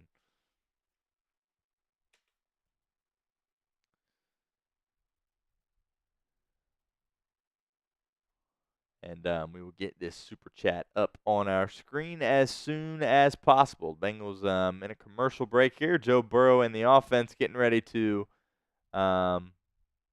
take the field for the second time this afternoon. And again, I am doing some solo producing, so just bear with me here as I try to get this up. Talked about in previous weeks that after an hour we got to update our link in terms of how we pull super chats, so that is a bit of a pain to have to do this. But it is what it is. We're just making the most of it here, as we will get the super chat up as quickly as possible. But hopefully the Bengals offense can kind of pick up where they left off, right? Again, 5 for 5 on 3rd down on that drive. Brilliant start for Joe Burrow. The ball has not hit the ground yet in this game for Cincinnati. And see if they can go right down the field again and score another touchdown and extend their lead. And there we go. We got our first super chat of the afternoon. Scott C. says, "Houday from D.C. Go Browns today." And normally I would not like that second part, but the Browns, of course, are playing the Baltimore Ravens, so we 100% are pulling for the Cleveland Browns in that football game. Hopefully they can kind of shock the world with Jameis Winston. Hopefully Baltimore can kind of come back down to the ground level here, and the Bengals can kind of close the distance between themselves and the Ravens in that AFC North battle. So, Scott, appreciate you sending in that $10 super chat. So, we will get you written down here as we get ready for our candy toss here. Last time Joe Burrow and Jalen Hurts squared off, it was in the 2019 Peach Bowl, and Joe Burrow's offense hung 63 points on the Oklahoma Sooners, and he threw for 7 touchdowns. That's kind of when I was like, oh, this guy is actually very, very good at football. And luckily the Bengals thought the same thing as well. All right, here we go. The kick is away for Philadelphia. We're 1 for 1 on the candy toss here. Out the back of the end zone.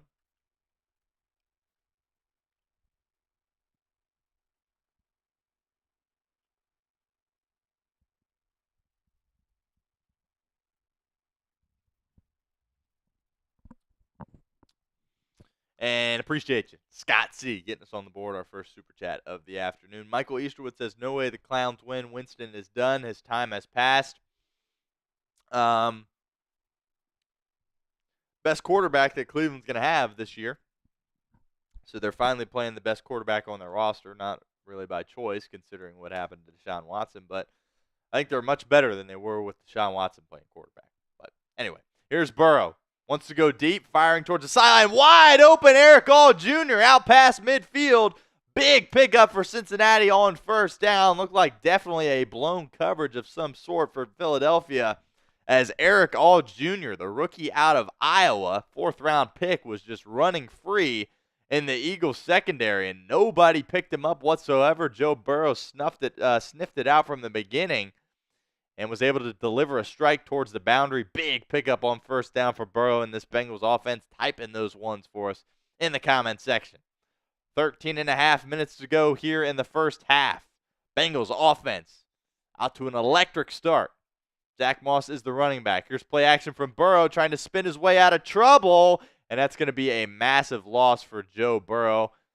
Luckily, he is able to pop right back up. There is a flag on this play, so we'll check the marker. But as it stands now, it's going to be a loss of like 12, 15 yards there as Joe Burrow got sacked. Looked like Darius Slay was able to bring some pressure from that cornerback position. So kind of an exotic blitz there from Vic Fangio. And that's exactly what happened. It looks like they're going to pick up the penalty. And there is no flag here, so it's going to be 2nd and long for this Bengals offense. Yep, 2nd and 22, exactly what Philadelphia had on their last drive. Just trying to get about half of this back here. Here's Burrow. Fangio again brings pressure. Burrow firing over the middle, nearly intercepted. Cooper DeJean dropped an interception. Burrow threw it directly to him. Kind of an uncharacteristic mistake there by Burrow. He may have just not have seen him, as he kind of just shakes his head here. It's going to be 3rd and 22 now for this Bengals offense, but Burrow quite lucky not to get intercepted on that play.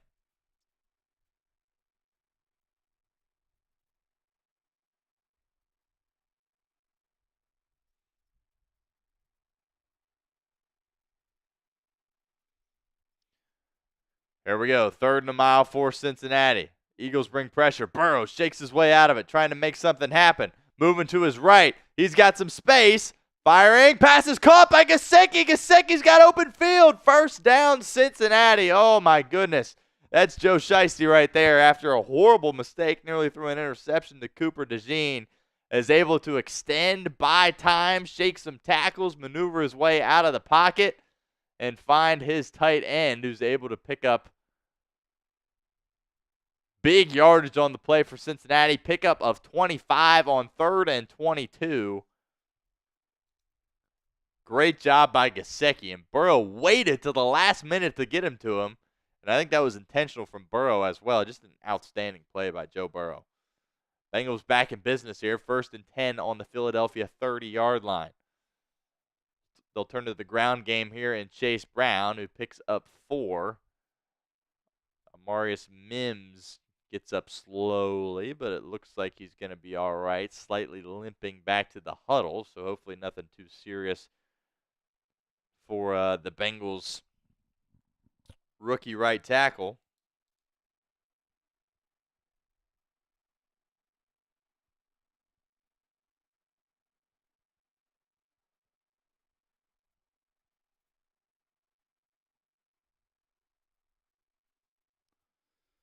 Second and 7. Burrow takes the snap, dumps it off to Chase Brown, who drops it. Chase Brown just kind of turned his head upfield, tried to run with the ball before he had secured the football. Just a bit of a mistake from the youngster. Takes his eyes off it a little bit. Burrow put it right on the money, but Brown not able to haul it in. Don't think he would have been able to pick up a first down, but it would have been a 3rd and short situation. Instead, it's going to be 3rd and 7 here for Zach Taylor's offense. Bengals have been outstanding on 3rd down so far today. Will that continue here? They are in Evan McPherson field goal range at the Philadelphia Eagles 28-yard line. Burrow takes the snap. Fangio again brings pressure. Burrow firing towards the boundary, and it's caught once again. Mike Gesicki reels it in with one hand. Gesicki having his best game as a Cincinnati Bengal so far in this one. His 3rd catch.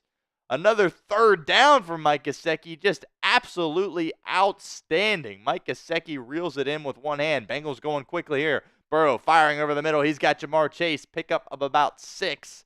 2nd and 4 coming up. Just one of the best catches you'll see from a tight end. Absolutely outstanding. The Bengals went quickly, but they didn't even need to. That is very clearly a catch. Outstanding by Mike Gesicki. Bengals, of course, signed Gesicki in free agency. Played last year for the New England Patriots, and he is having a monster start to this football game. 4 catches for 51 yards. How about Mike Gesicki?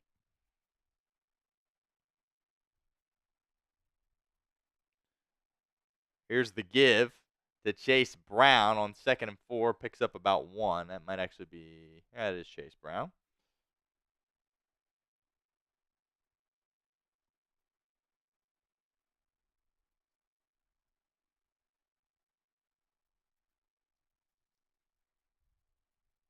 Third and 3 coming up.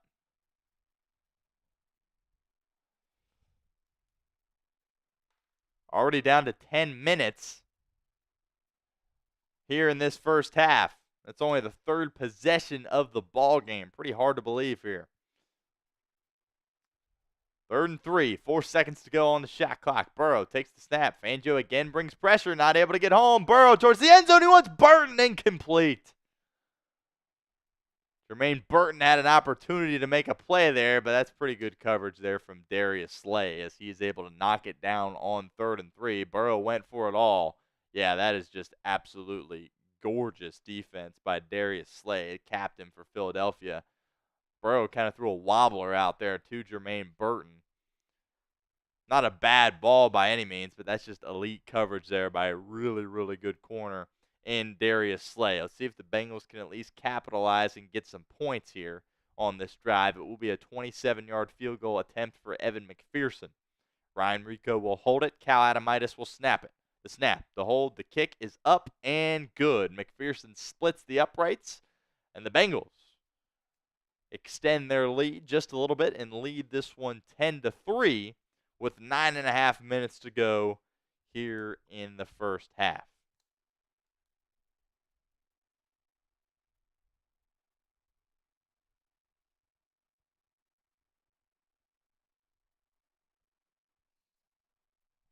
Outstanding stuff so far in this game for the Cincinnati offense. Drive stalls out a little bit there in the Prize Picks red zone. But the 3rd down conversions from Mike Gesicki, the big 3rd and 22, which was really just Joe Burrow being Joe Burrow, kind of stepping up in the pocket, finding a way to extend that play, maneuvering towards the boundary, firing it late to Mike Gesicki, who the Eagles defense just simply didn't account for as he was kind of leaking out past the line of scrimmage. Great job there by Gesicki. And then the 3rd and 7. Burrow just kind of floats one towards the boundary. It looks like he just missed Gesicki, but Gesicki's able to reel it in with one hand. Just an absolutely unbelievable catch by Mike Gesicki. He's got 4 on the afternoon already. And like I said, by far his best performance as a Cincinnati Bengal so far in his career. No doubt about that. And Fortune 5 makes a good point. Says that was a great drive. Just good defense there by the Eagles there in the red zone. Yep, that when you look at the Eagles defense, Darius Slay is kind of the leader of their defense, right? Has been for a long time. And that's just a really good veteran cornerback making a really good play there on a rookie receiver. No fault there at all to Jermaine Burton. Thought for a second he was about to get his first touchdown of his career, but not quite. Darius Slay makes a big play. They do call him Big Play Slay, so he was able to step up big for Fangio's defense. But this pressure that Fangio keeps sending has not been able to get home. They do have the 1 sack on Burrow, but when they bring this pressure, he's done a great job of being able to kind of evade that and get it out quickly. Matt is back. Matt says, "Hooday." Matt, appreciate you stopping by, hanging out with us here. Matt was a Super Chat MVP on our show last week, and appreciate you stopping by once again, hanging out with us, Matt. Means a lot, and your Cincinnati Bengals are off to a hot start in this football game. We got some Super Chats to get to here. Desert Ranger Jesus says, "Shout out to my brother and my friend who are Eagles fans and sweating and swearing. But hooday." Jesus, appreciate you. Your hat should arrive on Tuesday, is what Amazon said. So hopefully that arrives for you. But I appreciate the $5 Super Chat. We will get you into our beanie raffle. Again, need $300 in Super Chat revenue in order to do that. But we're going to plan on that happening here.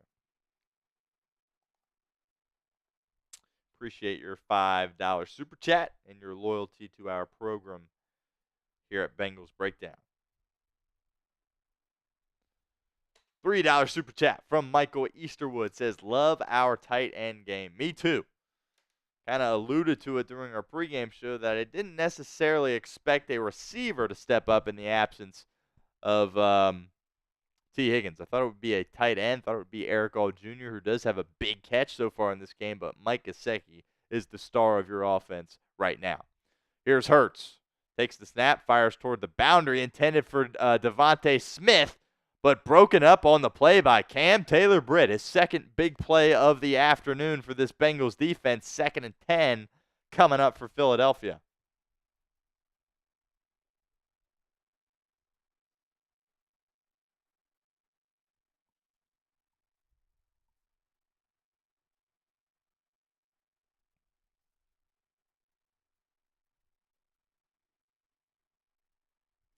Nine and a half minutes to go here in the second quarter.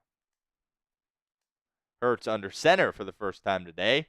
Has all day to throw and just spikes it into the turf. Kind of just threw that away at the feet of Saquon Barkley. A penalty flag will come out. Hurts has his hands up in disbelief, leading me to believe that it could be against Philadelphia, and it is. And it's going to be an ineligible man downfield. They're going to get the guard Landon Dickerson out of Alabama for being too far down the football field, and that's going to back up Philadelphia here, and it's going to be 3rd and 10. Type in those threes for us in the comments section. Bengals looking to force their first 3 and out of the afternoon. Paycor Stadium is coming alive during this whiteout here for Cincinnati in their all-white uniforms and helmets. 3rd and 10. 9 minutes, 23 seconds to go here in the second quarter. Keep an eye on Trey Hendrickson to potentially make something happen here on this 3rd down. Here comes pressure from Anarumo. Hurts firing towards the marker. Pass is caught by A.J. Brown, but I think he's going to be short of the sticks. Once again, CTB, Cam Taylor-Britt in coverage, and he was able to force A.J. Brown out of bounds 1 yard shy of the line to gain. CTB has stepped up big so far in this first half. He was one of the guys that we talking about our matchups to watch in this game, and he has been excellent. But Philadelphia acting like they will go for it. Of course, they have the patented tush push that very nearly always works. They're going to run it. They're going to push it. and Jalen Hurts is going to have enough here to pick up the first down. So a gutsy call there by Sirianni, going forward on 4th and 1 at his own 40-yard line, but it is going to be enough for Philadelphia. First down, Eagles. And they're able to pick that up. So despite Jason Kelce retiring, he, of course, was a major factor into what made that play so successful. But the Eagles have stuck with it this year. Haven't had quite as much success with it, but they have success there on 4th and 1. And the Eagles are going to retain possession of this football. Hurts once again under center. They're going to give it to Barkley, who runs toward the right side, picks up about 4 yards. Sheldon Rankins in on the stop for Cincinnati.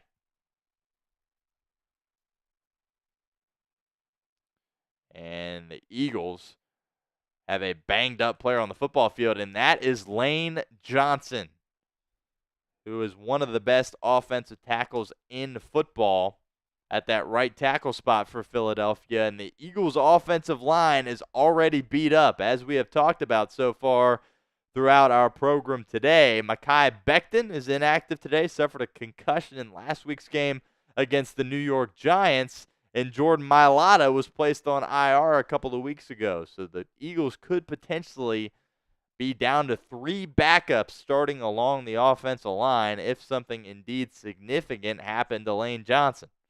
Certainly something to monitor there.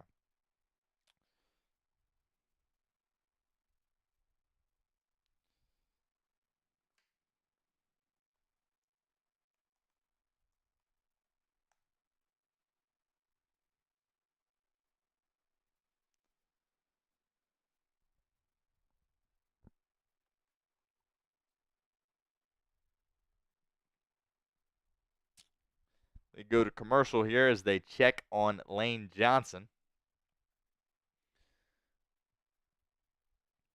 Going to be a 2nd and medium situation here for Philadelphia when we come back after a solid run from Saquon Barkley.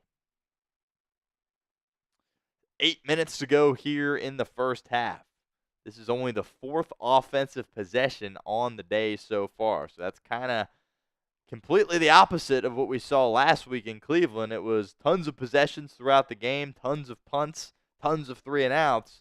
And I haven't seen a punt so far in this one. Again, with 8 minutes to go here in the half. 2 long, sustained drives from this Bengals offense, resulting in points both times. And probably should switch the ball possession as well, as the Eagles have the football, and we will update the clock. 8 minutes to go here. Again, Lane Johnson, if you're just joining us, appeared to have gotten injured there on that first down run from Saquon Barkley. They went to commercial. We'll see exactly what went wrong with Johnson. He kind of rolled his way out of bounds, so I don't believe he is out on the football field down. I do believe he is on the Eagles bench, so we'll see what exactly happened to Johnson here as they show a bit of a replay here. And, oh, yeah, it looked like his ankle just kind of got rolled up on there. Can't tell which Cincinnati Bengal that was. Can't get a jersey number there. Maybe Sheldon Rankins. Johnson is on the sideline here for this play, but he has his helmet, and he appears to be okay, but he is going to miss this 2nd down play here as the clock is going to wind. 2nd and 6 for Philadelphia.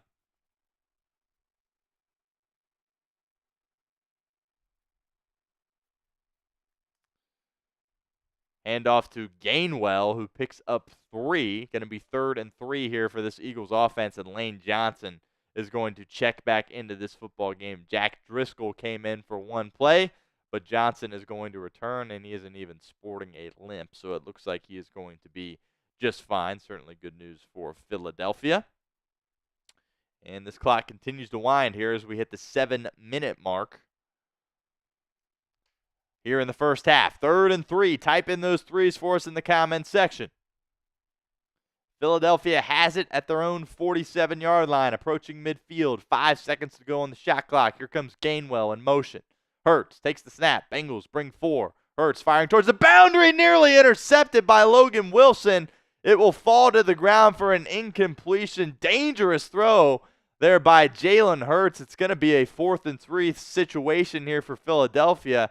Not exactly sure what Hurts was thinking. Luckily for him, Gainwell was able to come back to the football there and kind of shield Logan Wilson out from making an interception. And looks like Sirianni is going to send the punting unit out, and Philadelphia will punt it away. So nearly an interception there from Jalen Hurts. Great defense by the Bengals.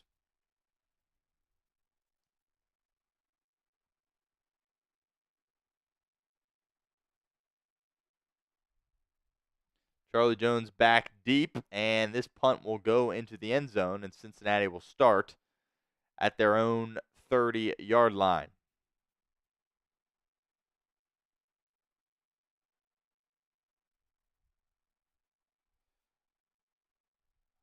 And while we have a moment here in the second half, I want to make sure we give a shout out to our friends over at Prize Picks, because today's live stream watch party is presented by Prize Picks. Prize Picks is the best place to get real money sports action with over 10 million members and billions of dollars in awarded winnings. Prize Picks has made daily fantasy sports accessible to all. You just pick more or less on at least 2 players for a shot to win up to 100 times your cash. Run your game all season long on Prize Picks. You can now win up to 100 times your money on Prize Picks with as little as 4 correct picks.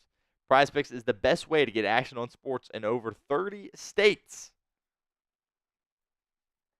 including California, Florida, Georgia, and Texas. Prize Picks is the only real money daily fantasy platform with an injury insurance policy, so your lineups stay in play even if one of your players gets injured. If your player leaves in the first half and doesn't return, Prize Picks keeps your lineup live. Prize Picks is the best place to get real money sports action. Join over 10 million users and sign up today. They also invented the flex play, which means you can still cash out if your lineup isn't perfect. You can double your money even if one of your picks does not hit. And this is what I've got as far as my flex play slate here today on Prize Picks. Got the more than on Joe Burrow passing yards as well as Jamar Chase receiving yards. Good starts in that regard, particularly with Burrow. And later on this afternoon, got the more than on Kareem Hunt rushing yards for the Kansas City Chiefs when they get ready to take on the Las Vegas Raiders. So download the app today and use code CLNS to get $50 instantly after you play your first $5 lineup. Again, download the app today and use code CLNS and use to get $50 instantly after you play your first $5 lineup. It's Prize Picks. Run your game.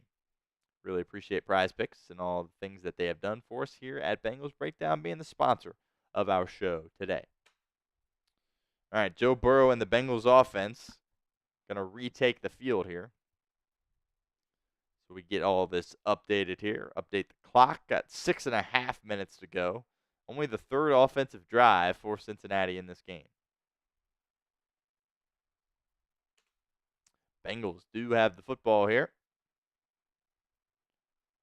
Burrow making some adjustments at the line of scrimmage, and he will be in shotgun.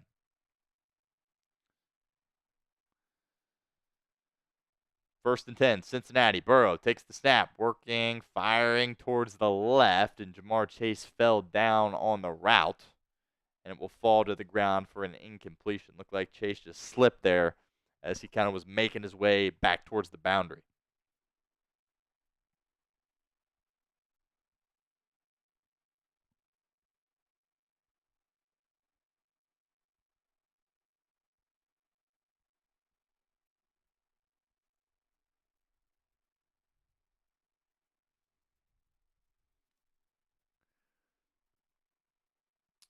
Second and 10, 6.5 minutes to go. Here in the first half, Burrow takes the snap. Firing, he wants a deep shot down the sideline. He's got Jermaine Burton. Burton's second career NFL catch. It goes for a big gain down the sideline. First down, Bengals. Type in those ones for us in the comments section. Joey Burrow put this one in the bucket. And Jermaine Burton was working on the crafty veteran Darius Slay, and you just can't throw a more perfect ball than what Joe Burrow did on that one. Burton's second catch of his NFL career, his first catch since week 2 in Kansas City. Burrow is lights out so far in this game. 16 for 21 for 170 yards and a touchdown. Bengals going to go quickly here First down pitch to Chase Brown. Works his way down the sideline, picks up about 3, 2nd and 7 here as the clock winds towards the 5-minute mark.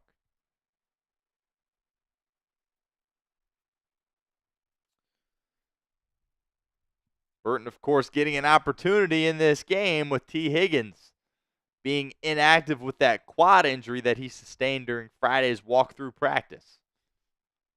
2nd and 7 for the Bengals. 5.5 minutes to go here in the first half. Burrow in the shotgun. Burrow firing over the middle. He wanted Andre Yosevich on the slant route, and he just overshot him. Burrow gives Yoshi the my bad signal. Not sure if Yoshi was really wide open, but definitely an errant throw by Burrow, his worst of the game so far. Falls to the ground incomplete. 3rd and 7 coming up. Type in those threes for us.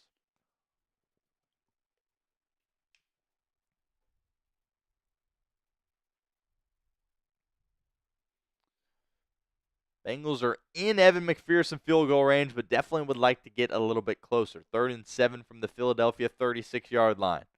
Here comes pressure from the Eagles. Burrow throws it. Wanted his tight end, Gesicki, once again. Gesicki not able to hang on. Again, lucky it wasn't intercepted off the deflection. Going to be 4th and 7 here. And it looks like Zach Taylor will prepare for a long field goal attempt. Another bad ball there by Burrow. Had to get rid of it quick with the Eagles bringing some pressure there. And that's just good defense by Philadelphia on that play. Don't really fault Gesicki at all for not being able to haul that in. But here we go, a deep field goal for McPherson, something that he was so good at in the past. We really haven't seen too much of it this year.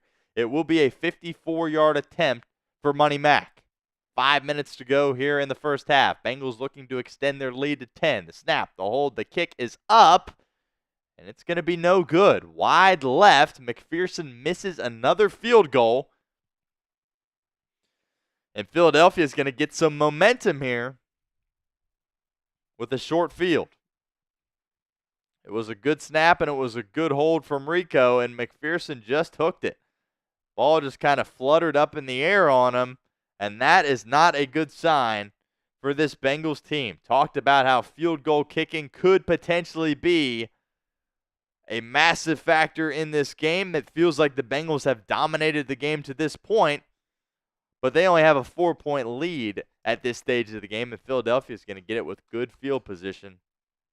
Missed field goal from 54 yards by Evan McPherson.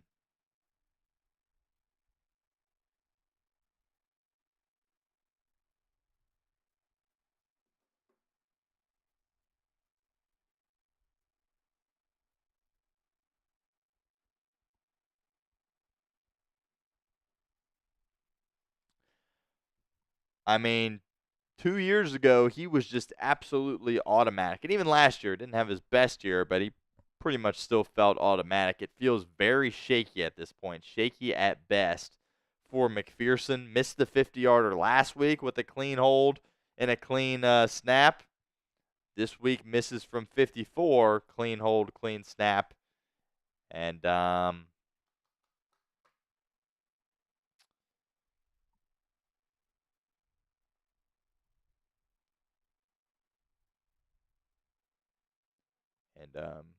never did update it after the 27-yarder. I do apologize for that. It is 10-3. That would have made it a 10-point lead for the Bengals. Appreciate you, Vibes, for looking out for me there with the scoreboard. Appreciate it. And the Bengals do have a 7-point lead here in this game. Should be a 10-point lead after the missed kick. Vibes also says he used to hit 54-yarders. Yeah, he used to do a lot in the kicking game for Cincinnati. Has kind of struggled so far this year, but appreciate you, Vibes, for getting that corrected. But yeah, it's still have confidence in McPherson, but we'll see. That was his first kind of big opportunity to connect on a long kick, and he did not do that. Harvey says McPherson needs to practice his 55-yarders. Yeah, I would assume that he is doing just that. But, yep, this year so far I haven't had a ton of success from deep. So here's Philadelphia. touchdown and an extra point for this Eagles team will tie the game. 10-3 Cincinnati lead. Hurts going to go back under center for this. And it's going to be a give to Barkley, who runs right up the middle. Solid run by Saquon. Picks up 7 on first down, 2nd and 3 coming up.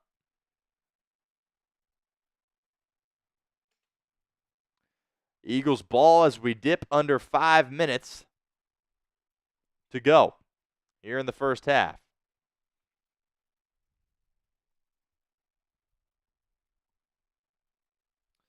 Third offensive possession for Philadelphia.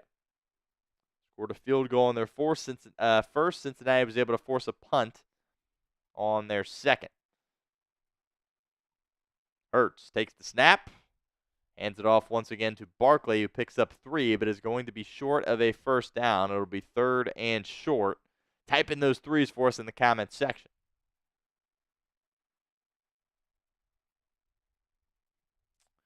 Tay says, I think it's a holding issue. I mean, look, there's definitely intricacies of, that unit that we as fans don't really know much about. But to me, it looked like a fine hold. Here's another tush-push situation here for the Eagles. And that's going to be close. On the initial shove, I don't think they got it, but I think the second effort from Hurts is going to be good enough to give Philadelphia another first down and keep their drive alive. Haven't gotten a word yet from the officials, and there's the signal. It will be first down for Philadelphia, and that will be enough to move the chains. It's that push that they get from the backs on the back of Jalen Hurts that really makes that difficult to deal with. But regardless, it'll be first down here for the Eagles. Approaching 3 minutes to go here in the half. Hurts takes the snap. Bengals only bring 3. Hurts with all day to throw, firing towards the sideline. Wide open receiver is caught inside the Bengals' 30-yard line for an Eagles first down.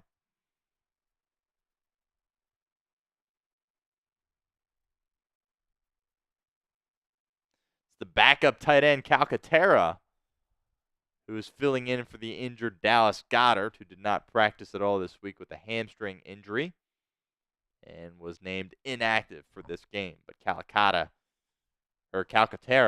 reels it in. Hurts takes the snap, dumping it off to Barkley, and Von Bell is there to make the stop. Beautiful tackle there by the Bengals veteran safety. Inbounds as the clock is going to continue to run here.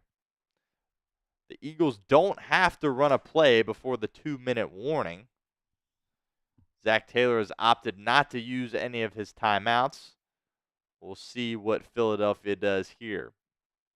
Hurts barking out some signals, changing the play at the line of scrimmage here. Wouldn't surprise me at all if they did not snap this football. Doesn't appear as though that is what they are going to do. 5 seconds. Yep, just simply trying to draw the Bengals offsides here. And they draw themselves off as they got a flinch. And I think that might have been A.J. Brown that flinched. It was one of their receivers. And that just bites Kellen Moore and company in the rear end as Philadelphia gets backed up 5 yards. Clearly had no intent on snapping that football prior to the 2-minute warning. And they get flagged for a penalty, and it's going to be 2nd and 12 coming up when we get back from the 2-minute warning here. Mental error there for Philadelphia. Here's some stuff in the comments about CTB getting injured. Let me know if that is the case. Obviously, I cannot hear the broadcast. So, I haven't noticed on the past couple of plays him not being out there as we scour Twitter here real quickly.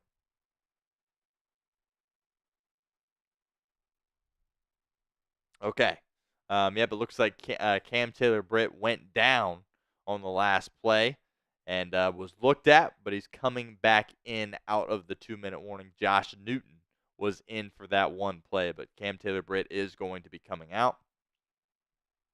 back out to play, rather. And that's certainly a good sign for Cincinnati, as CTB has had an awesome game so far for the Bengals in this game. Think about that first drive where Jalen Hurts kind of fired towards the end zone on that 3rd down. CTB had great coverage on A.J. Brown, forced the field goal. And then that last Philadelphia drive that resulted in a punt, Cam Taylor-Britt was able to get A.J. Brown out of bounds short of the marker. They end up going for it on 4th down and executing on a tush push. But Cam Taylor-Britt has rose to the occasion in this game. Absolutely no doubt about that. Certainly a great sign. And what has been a difficult matchup. Going up against a guy like A.J. Brown has been matched up with Devontae Smith a little bit as well. And he's really rose to the occasion so far in this game for the Bengals. Bengals are trying to hold on to their 7-point lead here. We are at the 2-minute warning. And while we are here, want to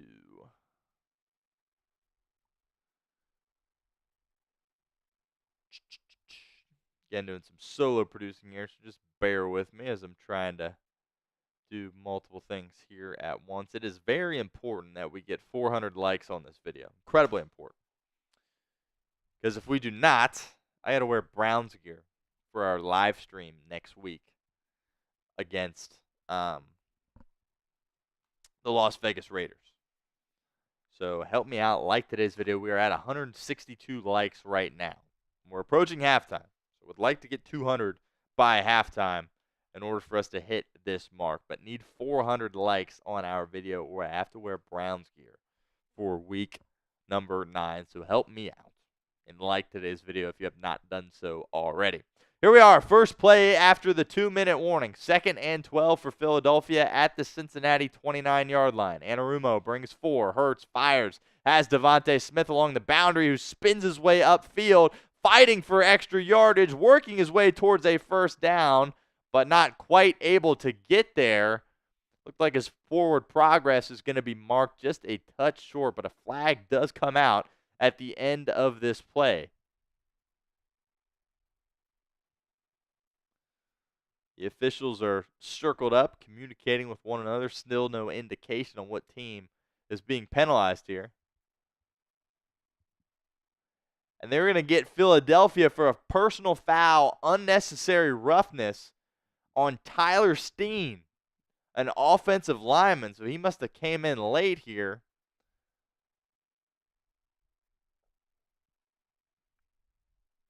And he did. He delivered a blow after it looked like the officials had already ruled forward progress. Kind of a tough break there for Philadelphia. He's obviously in the heat of the battle competing. He probably didn't hear the whistle yet, but he goes in and lays a hit on the Bengals after the whistle. And that's going to give the Bengals a bit of an advantage here, because it is 3rd and 16 now for the Eagles after that personal foul penalty on Tyler Steen. Line of scrimmage is now the 33-yard line of Cincinnati. 3rd and 16 for the Eagles. The clock is stopped at 1:44. Hurts and empty. Bengals only bring 3. Hurts all day to throw. Firing over the middle. Pass is caught for a first down. A.J. Brown, pickup of 18. First down, Philadelphia.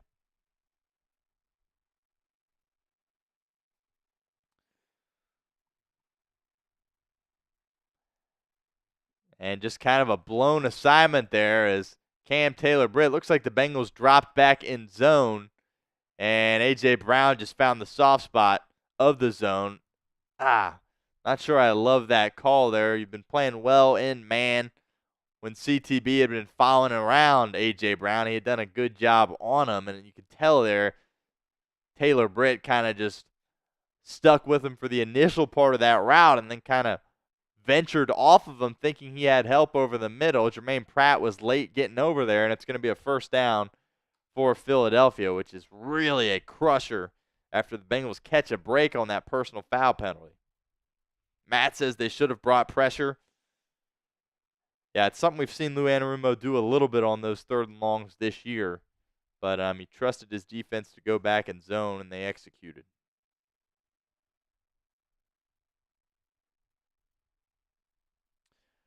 Now this Bengals defense really needs to bow up. 2 timeouts left for Zach Taylor. We'll see if he uses them here. Into the Prize Picks red zone. 1st and 10 at the Cincinnati 16. Quarterback draw. Hurts taking off. He's got space. Cuts his way up the middle. It will be a first down for Philadelphia as he is down at the Cincinnati 4-yard line. 1st and goal coming up. Timeout, Cincinnati. The Browns, by the way, do have a 6-3 lead over the Ravens. We'll keep you updated on that throughout today as well, as that game also is at the 2-minute warning.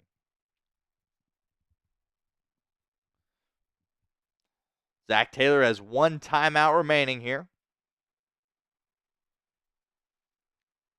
197 likes. Let's get a couple of more here before halftime to get up to 400 before the end of the game, so I do not have to wear Browns gear next week.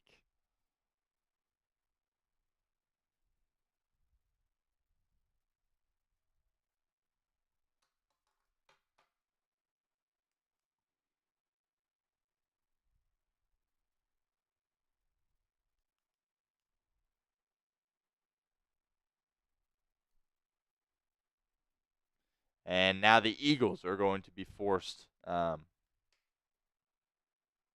take a timeout. As the comments continue to roll in about my face, as we discussed a little bit earlier, no, I did not get in a fight. I was at the dermatologist on Friday and thought it would be a little bit more cleared up by now. It is not.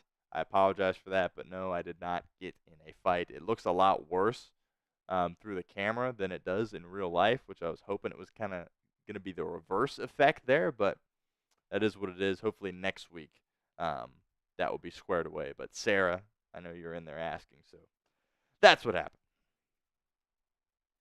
Matt says, hit the like so we don't see Shields in Browns gear next week. I appreciate that, Matt. Need to get 400 likes. We're at 207, so appreciate that.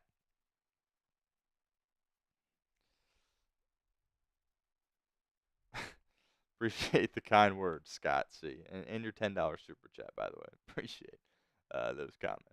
All right, 1st and goal here for the Eagles.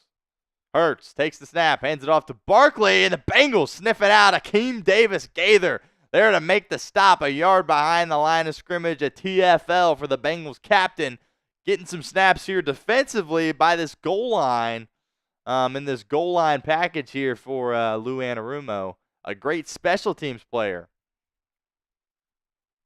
for Cincinnati, a captain this year, and he is there to make the stop on Saquon Barkley. Great job by Akeem Davis-Gaither. Incredible.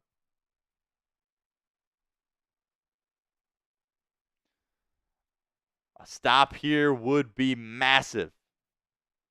2nd and goal coming up.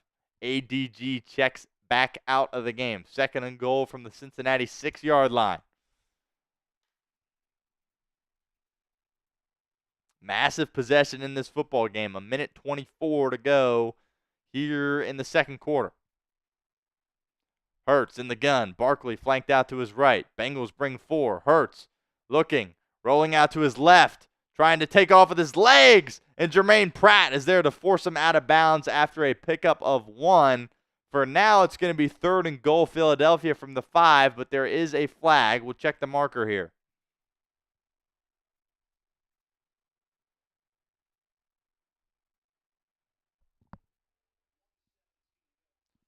A 1:17 to go. And they're going to get Cam Taylor-Britt for illegal use of hands to the face. It's going to be an automatic 1st down for Philadelphia and half the distance. Wow. Half the distance to the goal. As we take another look at this, just barely gets his hand up there on A.J. Brown. I don't love that call, but the Bengals have gotten some breaks here with the officials so far in this game, so I guess you can look at that as kind of it balancing out here.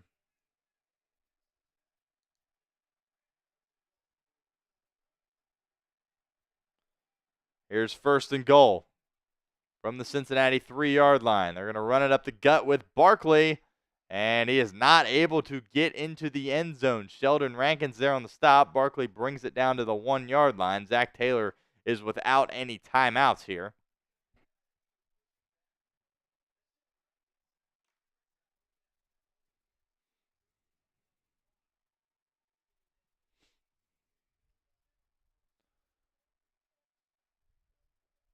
.50 seconds to go in the half. Tush-push formation here for Philadelphia.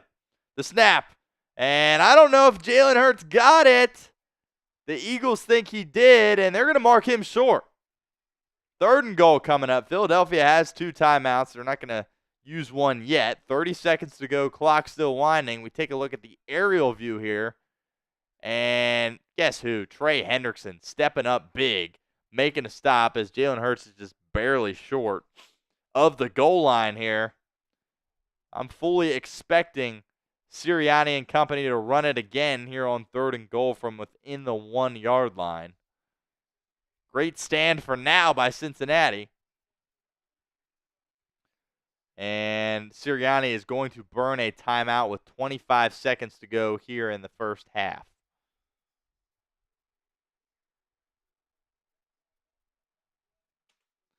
Philadelphia, literally a half a yard, maybe even less, from tying this football game up, assuming the extra point would be successful. But it is 3rd and goal here for Cincinnati. Type in those 3s. I'm fully expecting another tush-push here. Philadelphia lines up in tush-push formation. Hurts under center. He's tush-pushing, and the Bengals, oh, that's close. That's really close. The Bengals think he's short, and they are going to mark him short. 4th and goal coming up. Cam Taylor-Britt was big on that stop. 17 seconds to go. Sirianni burns his final timeout, and they're definitely going to go for it here on 4th down. Great stand there by Cincinnati. B.J. Hill, Von Bell, Cam Taylor-Britt, Logan Wilson all in on that stop. Outstanding job by Cincinnati. It's going to be 4th and goal here. They're going to take another look at this. I'm pretty sure he is short. Only 7 seconds to go here in the first half. No chance Sirianni kicks a field goal here.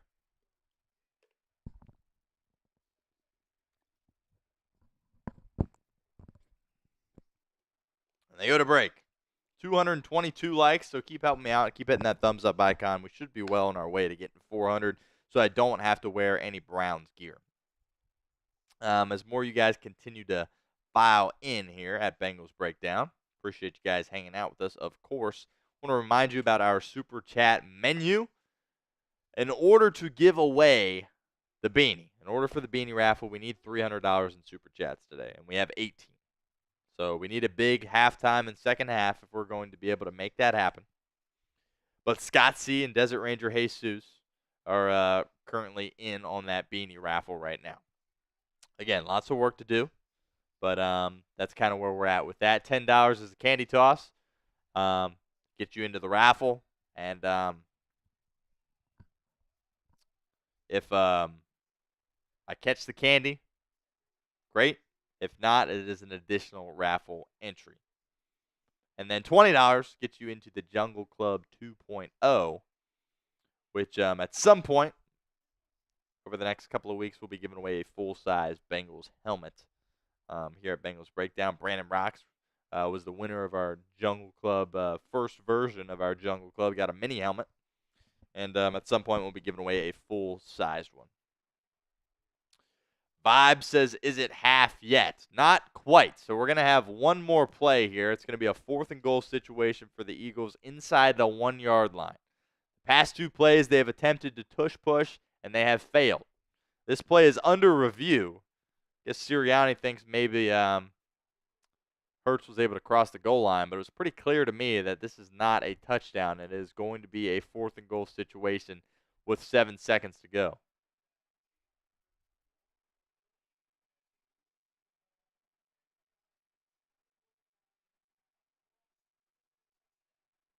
And apparently after review,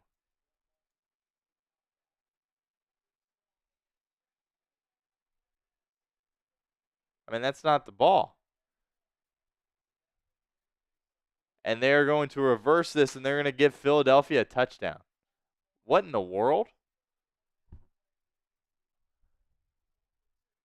Zach Taylor can't believe it. That, to me, did not look like a touchdown. But after review, they're giving it to Jalen Hurts there. And they're going to go for 2. So it's 10-9 right now, and the Eagles are going to go for 2 and try to take the lead here in this game. Hurts changing the play here. He gets back under center. And they're trying to just get the Bengals to jump here on the 2-point conversion. Okay, I tell you what, man. Sirianni, that guy just annoys me. He just absolutely annoys me. Trying to get cute there, get the Bengals to jump offside. Then it would be a 2-point conversion attempt from the 1-yard line, and then he would get to tush push it again. But very clearly to me, I don't think that's not enough evidence to me that that's a touchdown. In fact, I would go as far as to say that's a bad call. It's one thing if you ruled it a touchdown on the field, but I don't think there's a ton there to overturn that call and give Philadelphia a touchdown. That should be 4th and goal here for the Eagles, but apparently there was enough there to reverse that. I have a hard time believing that to be the case. That's kind of as Michael Easterwood said, that is a bogus review. It's just there's so many bodies there. How can you tell that was a touchdown? Here's the extra point from Elliott. It's good. And it's 10-10 here.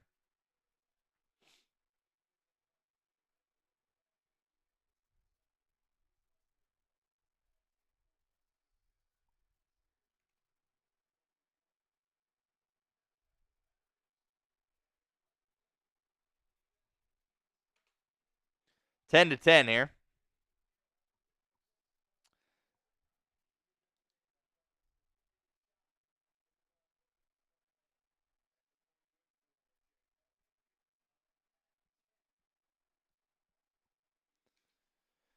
And we got a brand new ball game. And the Bengals once again find themselves in a position where it feels like they dominated the half, and they're in a tie game. And with no timeouts, I'm just expecting a knee here from Zach Taylor. As there is, after the reversal, there's 22 seconds left in the half. But if I'm Zach Taylor here, I'm just taking a knee.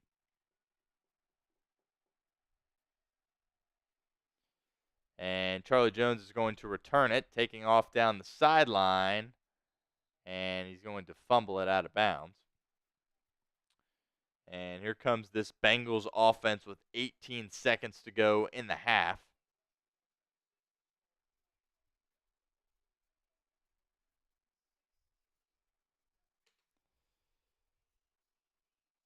And again, just expecting a kneel here with no timeouts for Cincinnati. We'll see if they run it. Well, Burrow's going to be in shotgun here. 18 seconds to go. We'll see just how aggressive Zach Taylor is. Burrow takes it. Deep drop. Looking deep. He's going to launch one down the sideline.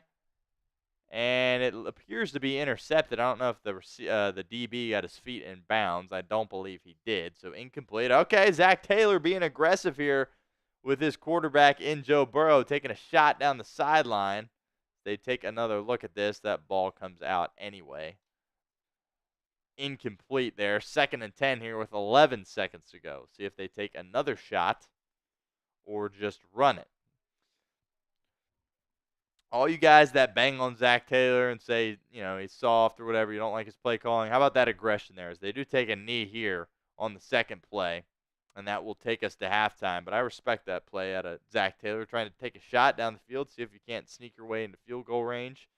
Because, again, Zach Taylor's sitting there like, man, we dominated that half. You look at the scoreboard, and it is tied. And, so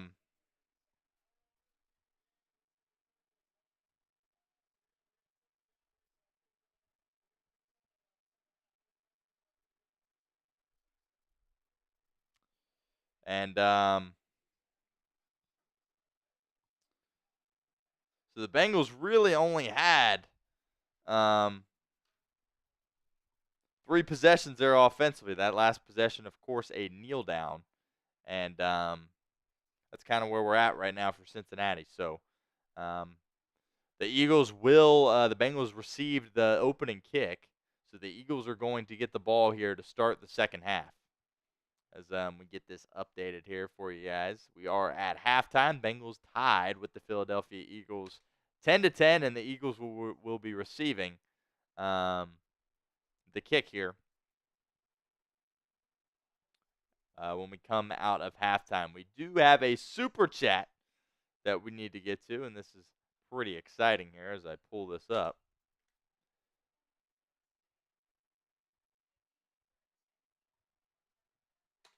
There we go. Matt is back, and Matt is getting us going here on Bengals Breakdown, sending in $100 super chat. Get those super chats going. Keep up the good work, Shields. Hooday.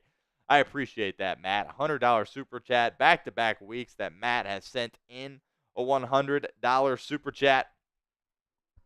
So that means we are up to $118 in super chat revenue. So now all of a sudden the beanie becomes something that is a possibility here for us on Bengals Breakdown. Need $300 in super chats in order to raffle off a beanie. And Matt sends in $100. So that, of course, is 20 entries into that beanie raffle. So I will get that squared away here. Appreciate you, Matt. That is awesome stuff. $100 super chat. That means a ton to us here at Bengals Breakdown. Second consecutive week he has done that for us. And you're the man, Matt. Appreciate that. $100 super chat. And so I guess technically that's 10 candy tosses. So we'll have some fun here, and we'll do 10 of them here for Matt after his $100 super chat. 10 candy tosses. I appreciate it. Matt has 20 entries into our beanie raffle right now after that $100 super chat. $118 is what we are at. Need to get to $300 in order to give away that beanie. So, Matt, big shout out to you. That is awesome. Everybody spam Matt's name in the comments section. Show some love to Matt being our super chat MVP here through the first half. Appreciate you, Matt. Awesome stuff. Meanwhile, with the Bengals, an electric start for this Bengals football team.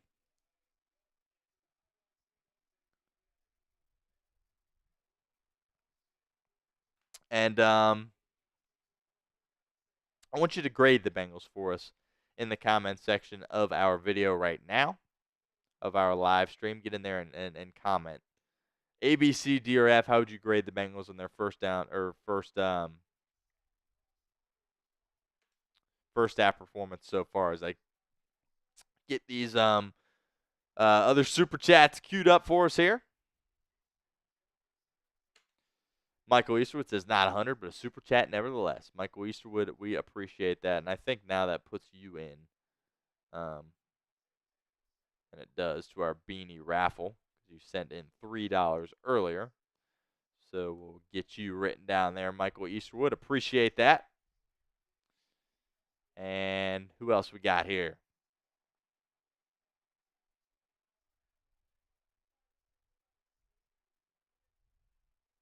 B. Henry is back with a $20 super chat. B. Henry was right there with Matt last week. Appreciate you, B. Henry, stopping by again. $20 super chat. That is awesome, my friend. We will get you written down as well. And we've got a bunch of candy tosses to get to here at this point. Lots of candy tosses. Luckily, we have lots of gummy bears here at our disposal. I believe that is everybody. Make sure I didn't miss anyone here. B. Henry and Matt and Michael Easterwood, of course, as well. Appreciate those super chats helping us out here on Bengals Breakdown. We are up to $140 in super chat revenue here. And we'll get that weigh-in pulled up here on our screen.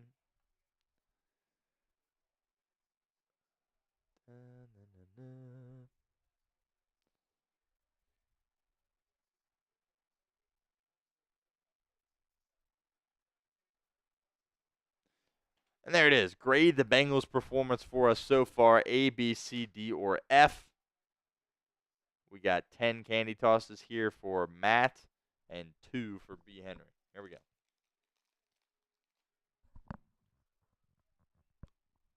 There's one. I'm going to be chewing a lot in your ear, so I apologize in advance for that.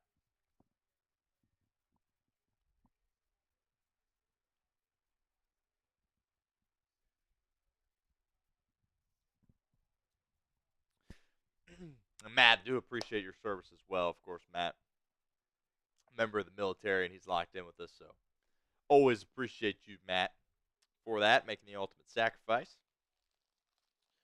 And being a loyal viewer of what we're doing here at Bengals Breakdown. Get those grades in. Michael Easterwood says B. Vibe says B.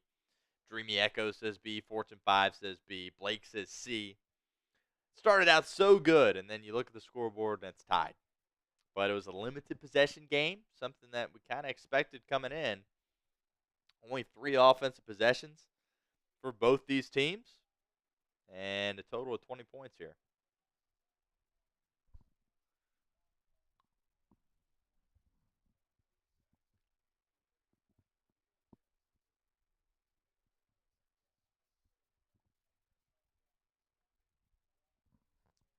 Jeff Ward says, well, at least they gave us hope in the first quarter, but I'm absolutely sick of watching this team struggle. I mean, McPherson makes that kick, you feel a lot better about where you're at. I mean, the first drive was brilliant. The second drive, I don't have an issue with. I mean, the 3rd and 22 from Gesicki was massive. The 3rd and 7 one-hander from Gesicki. You know, Slay makes a great play on Burton in the end zone. He kicked the 27-yarder, whatever. But the 54-yarder that McPherson missed, kicking game is going to be crucial. Got to be a lot better in the kicking game. And haven't seen a turnover yet. And Zach Taylor alluded to it when he was talking to Evan Washburn at the half. Feels like you create one turnover. Win this turnover battle 1-0. It might be the difference in this game.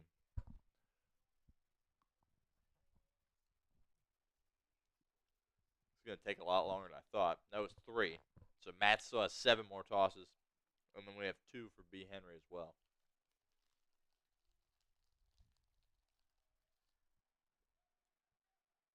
Melissa says C. Unhappy Bengals fan says B. Yeah, I'm going to give it a B. I mean, that first drive by Cincinnati, 5 for 5 on 3rd down, and you score a touchdown. That was the best drive. I mean, one of the best drives I've seen since Joe Burrow's been the quarterback. That was just awesome. And then your defense kind of bows up there on that Philadelphia first drive, forces a field goal, and you just had control that whole game. It felt like, and then it just kind of squanders away from you. Ever since you missed that field goal, Philadelphia kind of gets it in a good position and is able to keep it for the rest of the half, essentially, as you had to kneel on your final possession. And that big 3rd and 16 that they converted to A.J. Brown, I think there's some questions there on what Lou Anarumo was doing defensively.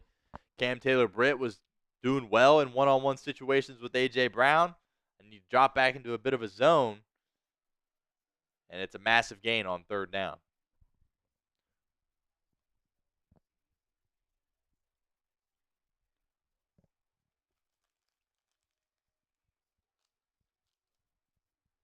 All right, that was 4. Here's 5.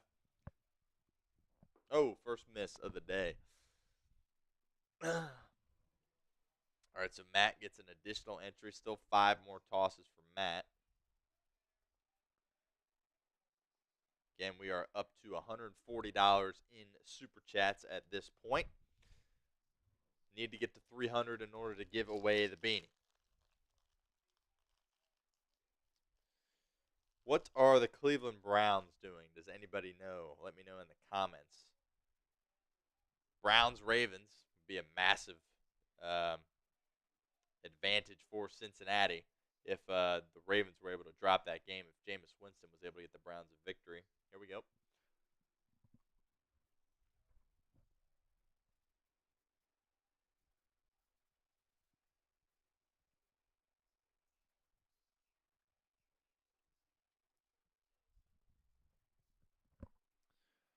Let's take a look at the scoreboard here.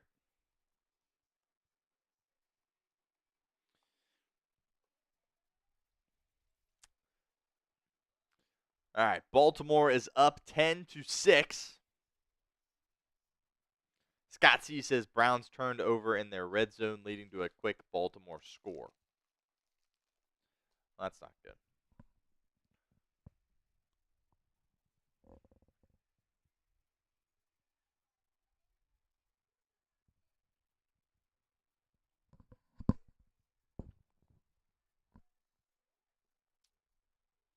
Taking a look at some other scores around the league. Green Bay is up on Jacksonville 13-10. Jets are up on the Patriots 13-7. Dolphins, Tua is back. Dolphins are up with the Cardinals 13-7. Texans beating the Colts 17-10. And the Lions have scored 35 points in the first half. My goodness, beating the Titans 35-14. That's crazy. And the Falcons are up 24-17 as well. Second miss. And both the misses have been reds, which were the best flavor. That's pretty disappointing there. Yep, keep hitting those likes. Need to get 400 likes so I don't have to wear Browns gear for next week's watch party against the Raiders. And also, haven't showed this yet today because weren't really in the ballpark. But after Matt's super chat, this now becomes a possibility.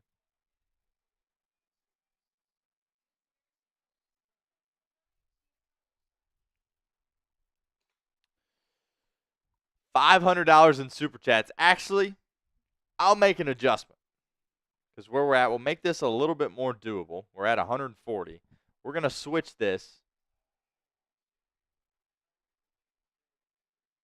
to $400. If we get $400 in super chats on today's show, I will wear a tiger costume throughout our videos next week. That's the deal. So switching it from 500 to 400, so it's a long ways to go. $140 is where we're at right now. $400, I'll wear a tiger costume for a week during our VODs, just our usual videos that go out through the week. So there's some more incentive as well if you want to see me look like a goofball and wear a tiger costume. That is out there as well. But the more pressing matter right now is this number right here. Need to get to 400 likes in order to avoid wearing Browns gear. And we are already set for the second half. That was a quick halftime. The Eagles received the kick, and they're going to bring it out to the 30-yard line. So essentially a touchback there. Still have a couple of more tosses to do for Matt and B. Henry. But we are ready for football here in the second half. Hit that like button. 260 likes right now.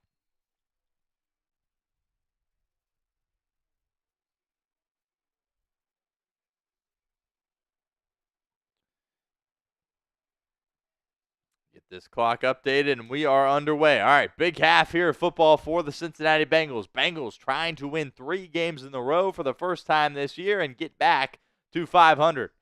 Hurts takes the snap, hands it off to Barkley, who runs it right up the gut. Pickup of about 3. Second down and 7 coming up for Philadelphia. B.J. Hill in on the stop. Oh, another miss on the gummy bear.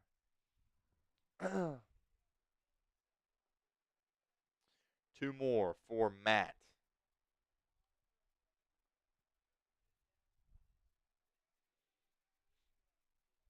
Second and 7. 14 minutes, 20 seconds to go here in the third quarter.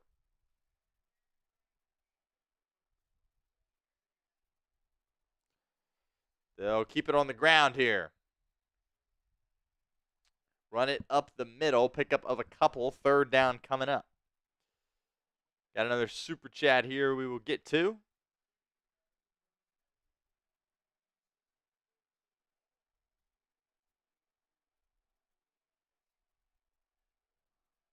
Critical 3rd and 5 coming up here for this Bengals defense. Type in those 3s for us. Hurts takes the snap. Bengals bring 4. Hurts firing towards the sideline. Wide open receiver. It's Devontae Smith. DJ Turner was there in coverage. Out into Cincinnati territory. First down, Philadelphia. see what happened here. Oh, DJ Turner just kind of got spun around there, had his eyes locked in on the quarterback, and Devontae Smith was able to stop on a dime. Beautiful route running there by Devontae Smith, as he is so good at doing. And the Eagles are back at midfield here. 13 minutes to go in the third quarter. First drive for Philadelphia here. Bengals bring some pressure, not able to get home. Looked like Hendrickson's getting held. No flag. Wide open target over the middle. Hurts connects. And the Eagles are down to the Cincinnati 21-yard line. Once again, it was the backup tight end, Calcaterra, who reeled it in for Philadelphia. It was wide open. Anarumo brought some pressure there. This is some good blocking here, I guess, from Fred Johnson. I thought it was a bit of a hold, and it is, and they didn't get called. Unbelievable. Trey Hendrickson clearly getting held on that play, and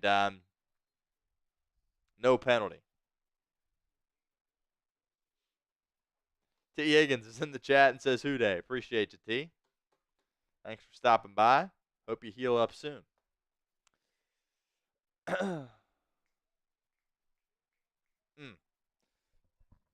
Opportunity for Cincinnati to get off the field there, and they were not able to do that. On 3rd and 5. Hendrickson gets clearly held there, and no flag there from the officials. It's back-to-back questionable calls there by officiating after they overturned that tush-push touchdown at the end of the first half as well. Play action here. Hurts rolling towards his right, firing over the middle. Pass is caught. Ball comes out at the end, but I think they're going to rule him down. Cincinnati does pounce on it, and they are going to rule it down. And the Eagles' pass catcher is going to stay on the ground. That is their other tight end, Jack Stahl. Oh.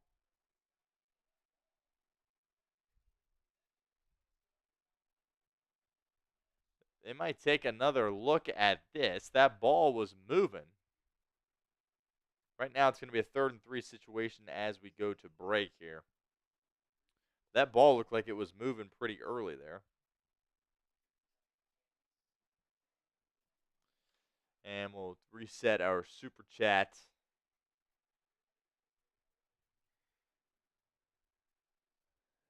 Bear with me as we reset our super chats here.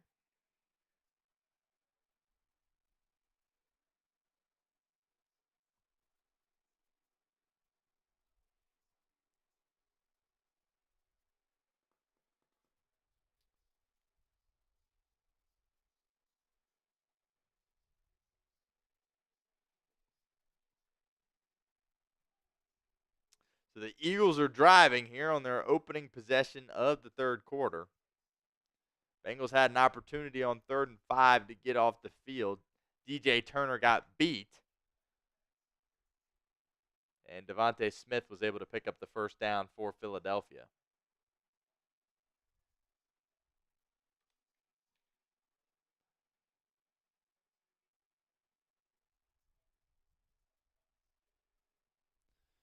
And there we go, $5 super chat from Michael Easterwood. Says, gotta see that costume. Again, we hit $400 in super chats. I'll wear a tiger costume for our on-demand videos next week. In kind of the spirit of Halloween. It'll be after Halloween, but still, early November, so close enough. And there was 500, but we dropped it down to 400. We'll see where we're at. Maybe I'll drop it down again. I don't know. We'll see. Couple of more candy tosses here while we have a moment. Eagles are driving. Oh, no. Another miss. So that means Matt gets another entry.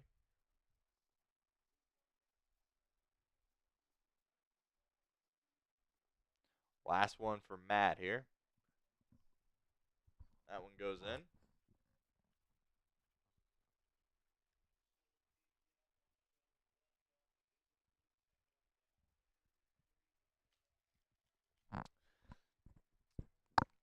So Jack Stoll was in the blue tent, but was able to get up under his own power. And it's 3rd and 3. Type those threes for us in the comments section. Hurts in the gun. Barkley is the running back out to his left. Hurts takes the snap, gives it to Barkley, who's running right up the middle, and he's got enough for a first down, tackled by B.J. Hill, but it'll be a pickup of 7 for Saquon Barkley into Cincinnati territory even further, approaching the goal line here for Philadelphia as they work their way through the Bengals red zone, the Prize Picks red zone, that is.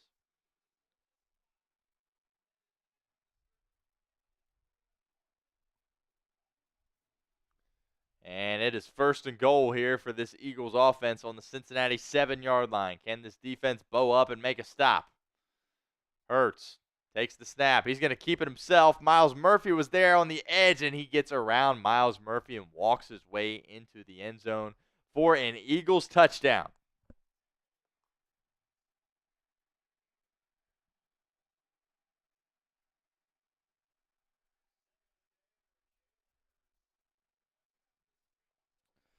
Second rushing touchdown of the day for Jalen Hurts.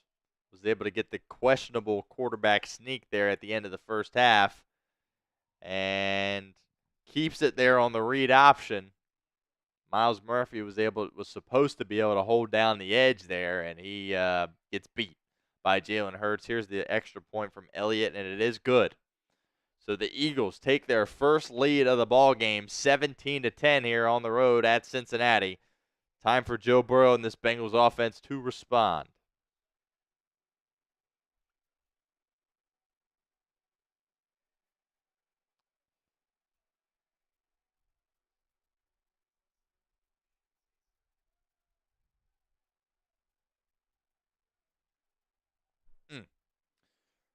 Tough start at the half there by Cincinnati. While we have a moment, I want to give a shout out to our friends over at Prize Picks. Prize Picks is the best place to get real money sports action. With over 10 million members and billions of dollars in awarded winnings, Prize Picks has made daily fantasy sports accessible to all. You just pick more or less on at least 2 players for a shot to win up to 100 times your cash. Run your game all season long on Prize Picks. You can now win up to 100 times your money on Prize Picks with as little as 4 correct picks. Prize Picks is the best way to get action on sports in over 30 states, including California, Florida, Georgia, and Texas. Prize Picks is the only real money daily fantasy platform with an injury insurance policy, so your lineups stay in play even if one of your players gets injured. If your player leaves in the first half and doesn't return, Prize Picks keeps your lineup live. Prize Picks is the best way to get real money sports action. Join over 10 million users and sign up today. They also invented the Flex Play, which is my Prize Picks slate here today. Going with the more than on Joe Burrow. Passing yards looks to be in good shape. Jamar Chase got to get things a little bit going here. Going with the more than on his as well as Kareem Hunt later this afternoon when the Kansas City Chiefs take on the Las Vegas Raiders. So that is my Flex Play slate for today, courtesy of the Flex Play option over at Prize Picks. So download the app today and use code CLNS to get $50 instantly when you set your first $5 lineup. Again, download the app today and use code CLNS when you play 5 and get $50 instantly. So Prize Picks. Run your game. Appreciate Prize Picks being the sponsor of our show today here on Bengals Breakdown.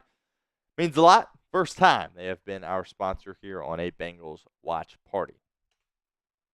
All right, 10-10 here as we get things updated here.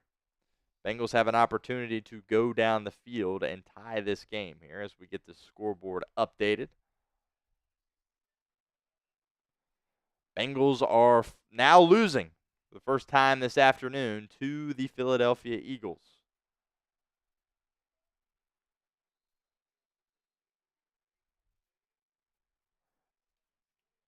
Charlie Jones takes a knee in the end zone. And now Joe Burrow's got to kind of rekindle some of that energy from the beginning of the game where that Bengals offense was essentially unstoppable. One candy toss here for B. Henry.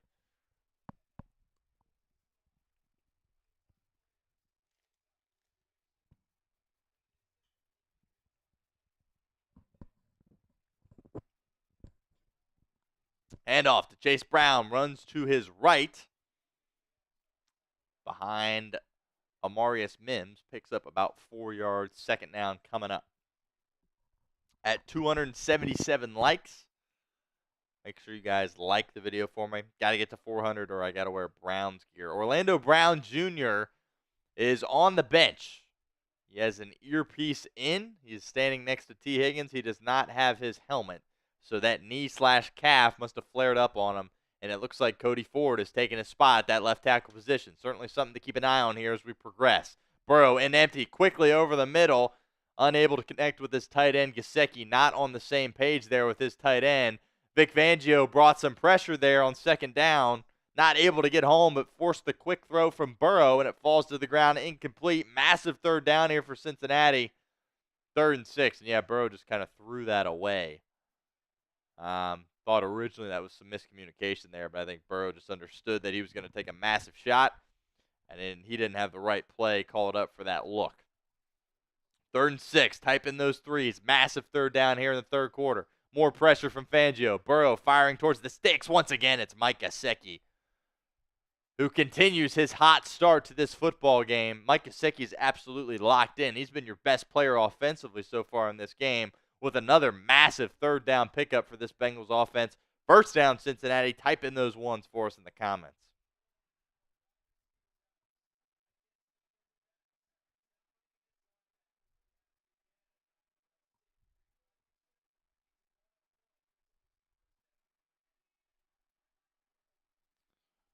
And the give from the shotgun is to Chase Brown, who picks up 3. The Bengals are meandering closer to midfield here. It's going to be 2nd and 7. Cleveland, by the way, has taken the lead over Baltimore 13-10 with 8 minutes to go in that third quarter.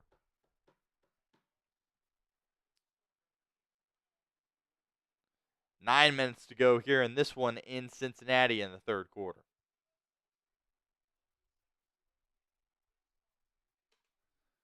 Burrow once again in the gun, 2nd and 8. Here comes Jamar Chase in motion. Burrow takes the snap, firing over the middle. Pass is caught. And the Eagles are saying it was dropped by Yoshi, but they're going to rule it a catch for now. For now, it's a first 10. Bengals going quickly here. Darius Slay thinks it was incomplete. Bengals continue to go quickly, and there's a false start on Cody Ford. And Sirianni is over there smiling on the sideline. It looked like he thought about thinking about throwing that challenge flag there. As we take another look at this, Yoshi.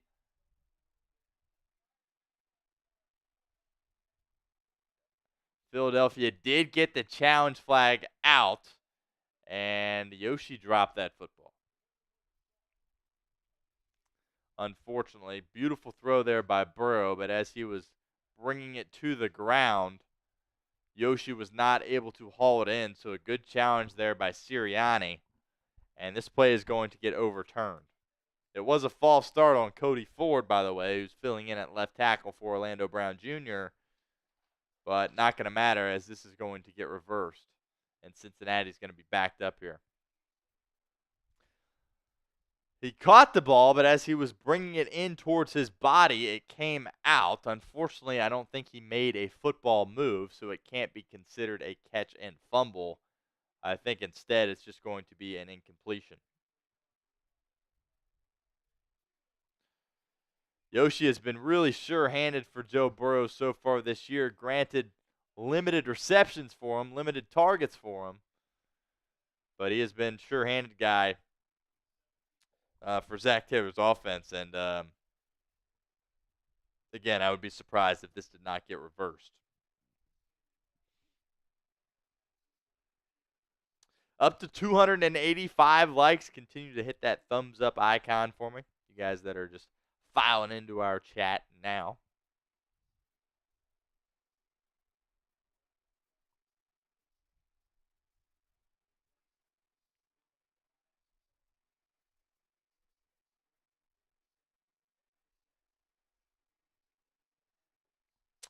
And I appreciate that. The Bengals, unfortunately, do not have a 17-10 lead. Sorry, I did that quickly. We'll get that fixed. They are losing. Appreciate that correction. The Bengals do have football. That's more like it. Appreciate the correction there. Thank you, Matt. Thank you, Matt. Appreciate it. Like I said, doing some solo producing here as we have for much of our shows here at Bengals Breakdown. So, trying to do multiple things at once. Sorry. Messed that up. It is 17-10 Philadelphia, not Cincinnati. But the Bengals do have the ball, still awaiting a reversal here, which feels like it's only a matter of time before we get that. Andre Yosevich was not able to haul that catch in. Again, unfortunately, I don't think he made a football move. And as he was transferring it towards his body, it came out. But I don't think there was enough there for it to be a catch and fumble. So, feels like only a matter of time before this gets reversed. Matthew, appreciate the kind words. Tim as well. Very nice, you guys. Appreciate it.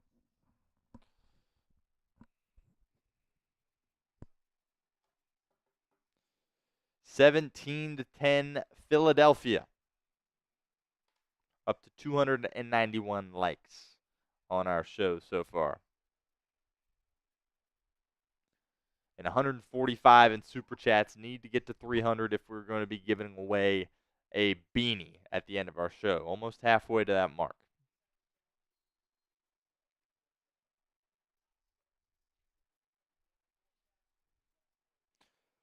Third and 8. Here for the Bengals after the reversal. Can they pick up another key third down here?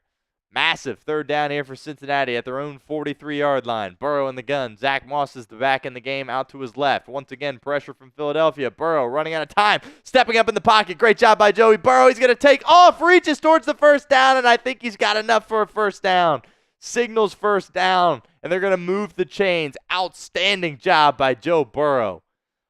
Pocket collapsed on him. It looked like he was going to be taken down for another sack. Was able to take off and just avoid the Philadelphia Eagle that was chasing him down as he gets tripped up by the linebacker Bond and was able to reach forward for a first down. Great job by Burrow. They'll turn to the ground game here on 1st and 10. It's Zach Moss who picks up 4.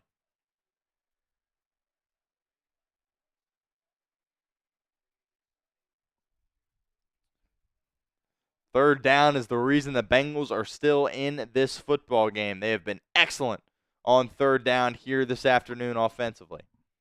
7.5 minutes to go here in the third quarter. 2nd and 6 coming up for Cincinnati here.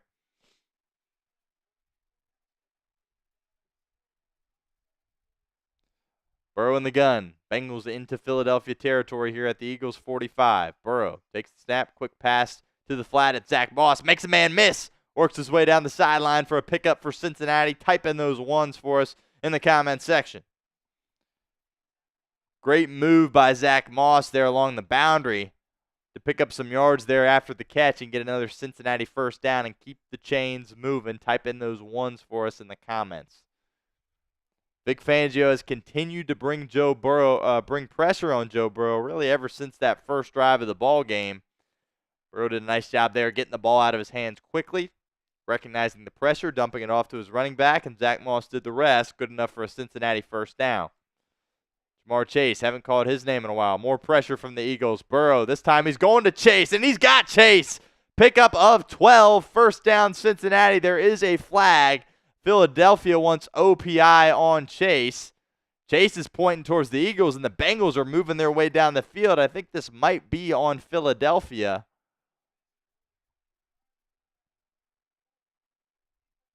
And it is going to be a defensive holding. Great job by Jamar Chase. Right when we said hadn't called his name in a while, he comes up big. Joe Burrow delivers a dime along the sideline. Yep, clearly defensive holding there by Mitchell, the corner, 27. And Burrow hits him in stride and takes a shot as well. I'll tell you what, Joe Burrow is absolutely locked in this game. Bengals approaching the Prize Picks red zone, looking for a touchdown and an extra point that would tie this football game up. Trips to the right. Burrow takes the snap. Quick pass to Chase. Wide receiver screen. Able to shake one tackle, but not the second. Only a pickup of 2. Rodgers brings them down at the 20. 2nd and 8 coming up for the Bengals here.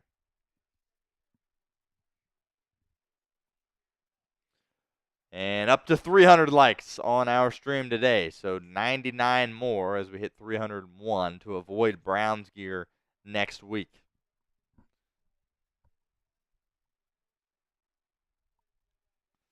Second and 7 for this Bengals offense at the Philadelphia 21-yard line.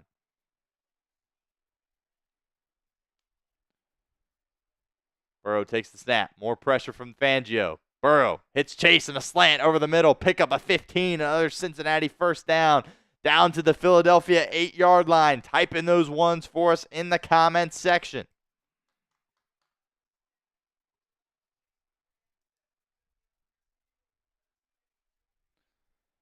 Another solid drive by this Bengals offense. 2 big third downs. 3rd and 6 from Gesicki earlier in the drive. That was big. The 3rd and 8 scramble from Joe Burrow was excellent as well. The Bengals right there in striking distance. 1st and goal from the 8. Here comes Trent Irwin in motion. Chase looks like he has a one-on-one. Burrow wants Trent Irwin, who catches it, tries to make a move, gets tackled by Cooper DeJean. Gets about half of it. Irwin not able to shake that tackle by DeJean. Really nice tackle there by the rookie from Philadelphia. And like I said, Irwin gets half of it. And it'll be 2nd and goal from about the 4.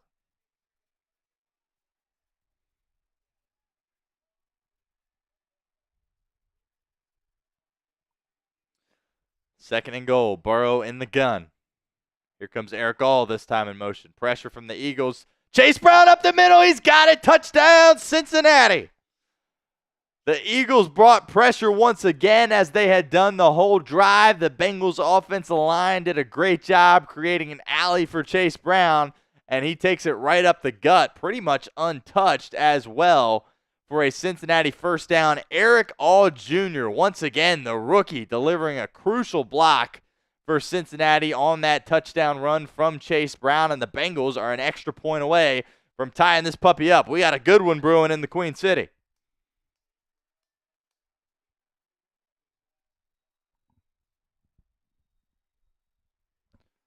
Here's the extra point attempt from McPherson right down Broadway. First time we have seen McPherson since his miss at the end of the first half. Couple of big 3rd down pickups for Cincinnati on that drive. That run from Joe Burrow on 3rd and 8 was awesome as we update this scoreboard here. Now the Bengals have 17 points, and we are all tied.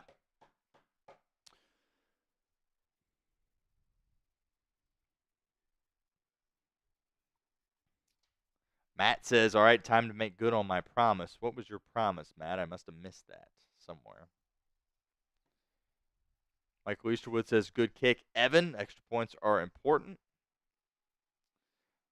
Appreciate all you're doing in the comments, Matt, trying to push our metrics for us. Certainly appreciate that. 324 likes, almost in range to not have to worry about the Browns gear.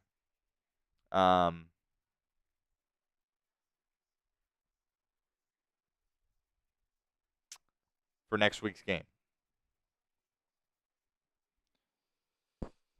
But we are at $145 in Super Chat revenue, thanks in large part to my guy, Matt.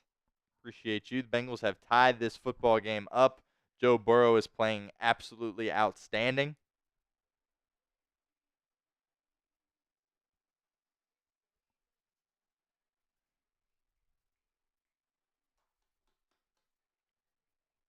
You got to feel good about where you're at here. Based on what we've seen from Cincinnati so far in this game, if they're in a spot where they need a game-winning drive, if, of course, this game stays close, you feel good about their chances of being able to do that. You feel really good. Defensively, you're looking for a stop. Zach Taylor talked about it when he was talking with Evan Washburn ahead of the half.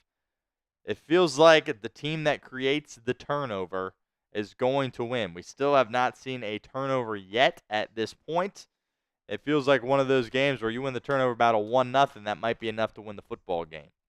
The kicking game we talked about going to be very crucial as well. The Bengals have the disadvantage in that department as well after that miss from Evan McPherson there in the second half from 54 yards. Got a super chat we will get to here.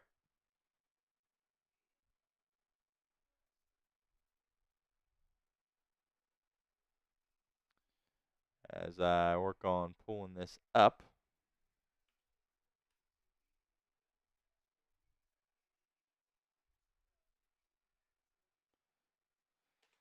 Michael Easterwood still wants to see that costume. I moved it down, so $400 in super chats will get. I will wear a tiger costume for a full week during our on-demand videos. That is the goal. That, of course, is what Michael is referring to. $400 in order to do that. Have $150 right now in chat revenue.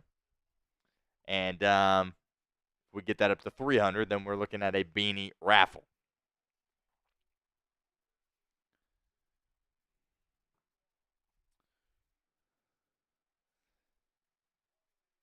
Alrighty, 1st and 10 coming up for Philadelphia. Cincinnati defensively looking for a stop as we update the clock here. 4 minutes to go here in the third quarter.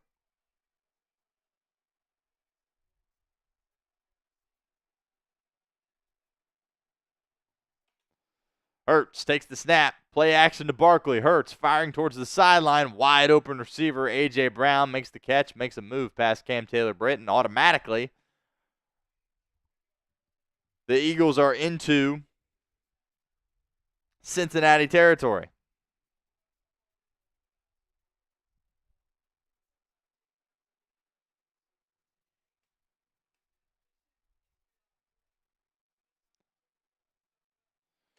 Oh my goodness, another $100 super chat from Matt.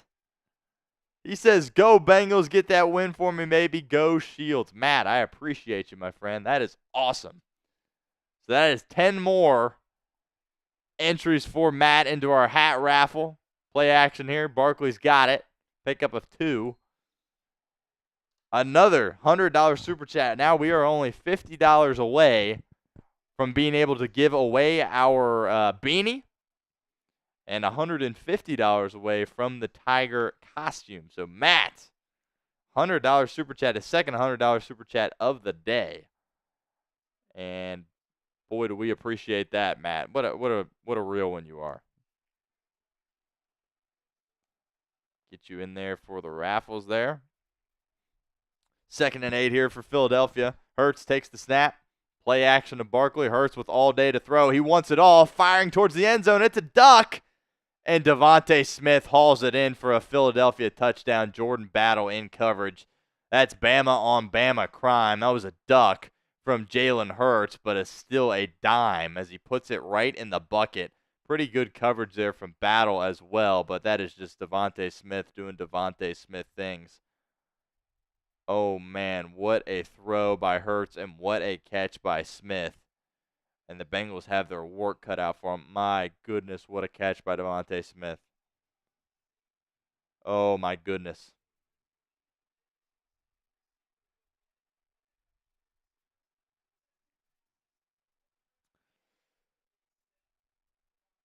(23-17).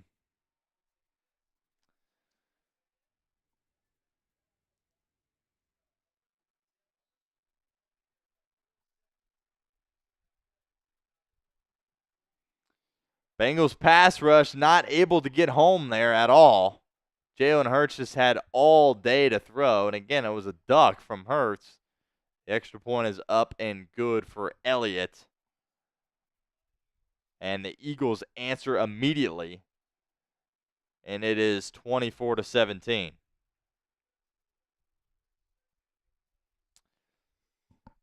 And if we got a shootout on our hands, I'm all right with that, given how Joe Burrow and this Bengals offense has played so far.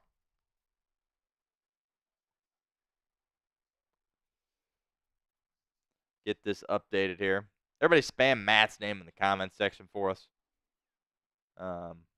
Awesome stuff. What he's doing for us here at Bengals Breakdown. Another $100 super chat. Bengals getting ready to get the ball here.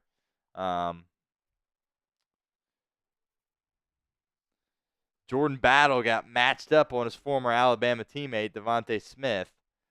And again, I don't think the coverage was bad. That was just an unbelievable throw by Hurts and an unbelievable contested catch by Devontae Smith.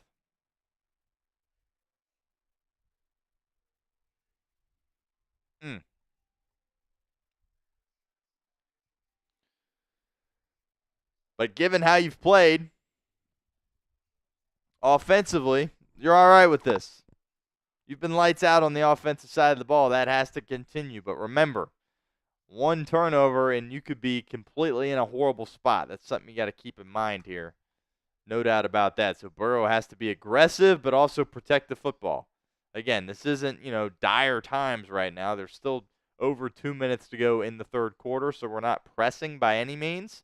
So I don't want to see anybody do anything stupid with the football. But you do have to understand that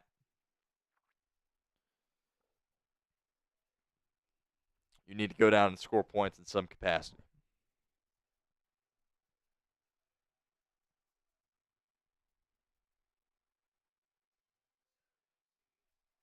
We update the clock here. 2 minutes and 43 seconds to go in the third quarter. Bengals getting ready to receive the kick here from Philadelphia. 63 likes away from not having to worry about Bengals or wearing Browns gear next week.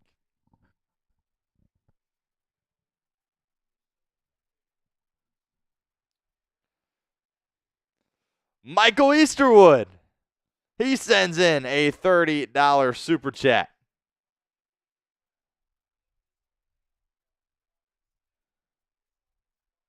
As we will get that up here.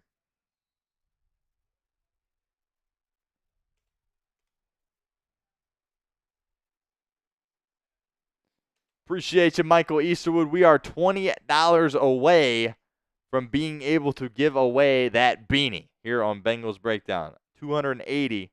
Michael Easterwood sends in 30, so that's going to get him an additional 6 entries into our beanie.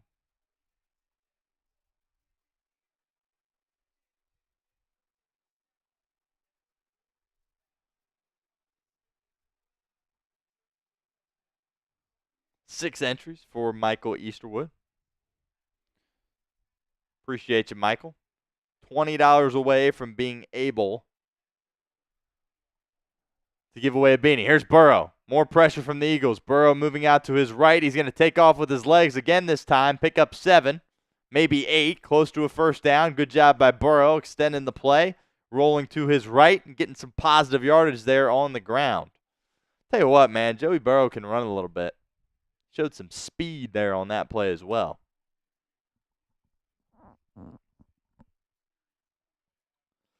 Second and 2 for Cincinnati after the 8-yard scramble from Joe Burrow.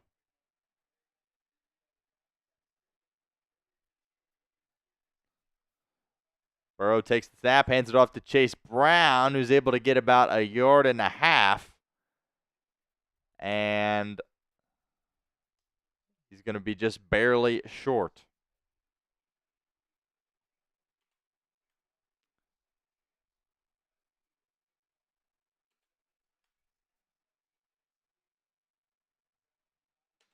And there it is. We will be giving away a Bengals beanie as we have hit $300 in Super Chats. B. Henry, appreciate you. As that is 4 entries for you as well.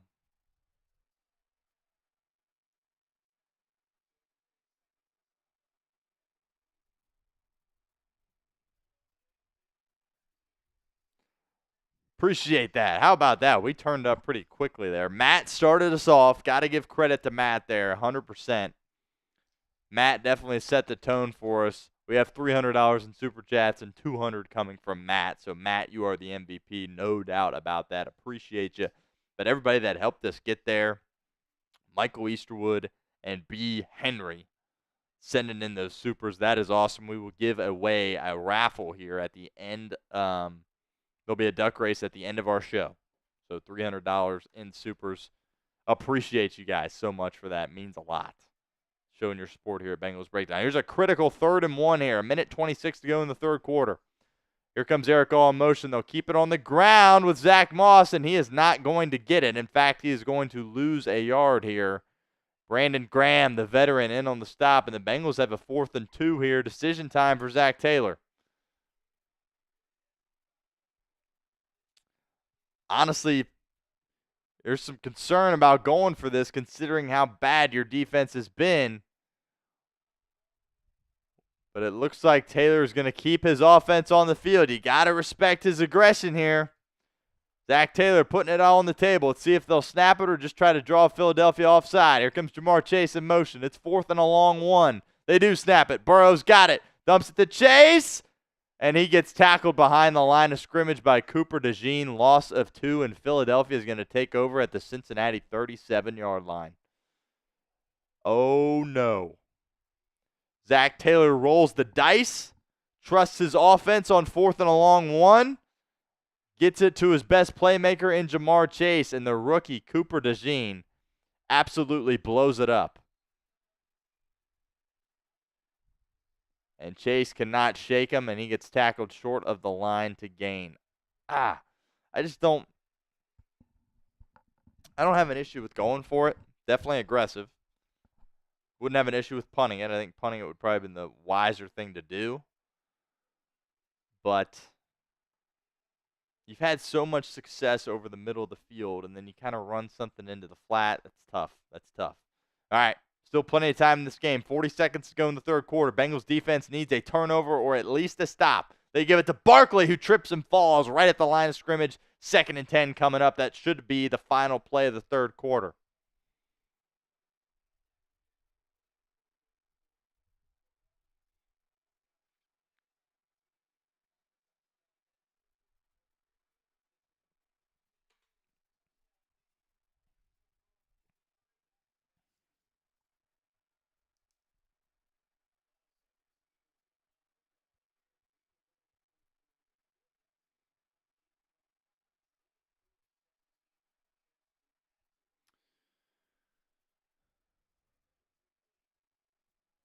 So when you make that call, when you're Zach Taylor, you're also trusting your defense to be able to do something for you. We have played 3 quarters officially here in Cincinnati. The next play from scrimmage will be the first play of the fourth quarter. Eagles have the football well into Cincinnati territory. And the Bengals need a stop. They have to. Worst case scenario, they force a field goal here. Worst case scenario, Zach Taylor rolls the dice. Don't have a problem with him doing that. Obviously, people are going to question the play call, as I see most of you guys doing in the comment section right now. When you go for it on 4th down in your own territory and you call a play that looks like it had no chance of working, you're going to get smacked for it. And that's what Zach Taylor is currently experiencing right now. I do respect that he got it in Jamar Chase's hands. That part is a plus. But all the success you've had over the middle of the field today, or at least kind of, working towards the boundaries, whether it be an out route or what have you, to throw it short of the line of scrimmage there, you definitely question that. Could have punted it away, tried to get your defense to, force a stop. We haven't seen Ryan Rico all day, by the way, who's been excellent for the Cincinnati Bengals punting the football this year. Could have had an opportunity to pin Philadelphia deep in their own territory. Instead, you leave the offense out there, you go for it, and it doesn't work. And knowing, Zach Taylor, when he made that decision, he's obviously thinking about, his defense needing to force a stop as well. So it's a critical possession here for this Bengals defense. Again, worst case, got to be thinking about forcing a field goal here. We haven't seen a turnover in this game besides, of course, the turnover on downs that we just saw. And, boy, would now be a good time to force a turnover if you're Lou Anarumo's defense. Gooding is in the chat. He says, Shields, it's time for Zach to go. Joe has bailed him out so many times. Yep, I mean, everybody in the comment section right now is very frustrated with Zach Taylor. I understand. That's not, when you go for it there on fourth down and throw it short of the sticks, it's not good, especially when it doesn't work. And it looked like, it's one thing if it like almost works, but very clearly that did not work whatsoever. So, kind of a head-scratching moment there, certainly. But I respect what he was trying to do, getting it to Jamar Chase. Respect the aggression, going for it. Something we've seen from Taylor all game and all season besides week 1 as well. But right now it's about playing defense. 2nd and 10 for Philadelphia at the Cincinnati 38. Quarterback draw. Here goes Jalen Hurts. Can we make a tackle? Forcing him out of bounds right at the line of scrimmage. Cam Taylor-Britt gives him a little pop. And it's going to be 3rd and long here for this Eagles offense. Type in those threes for us in the comments section. Hurts is still down, but I think he's just fixing his shoe. Good job by CTB holding down the edge and delivering the blow on Jalen Hurts. Nice hit at the end of that play. Boom.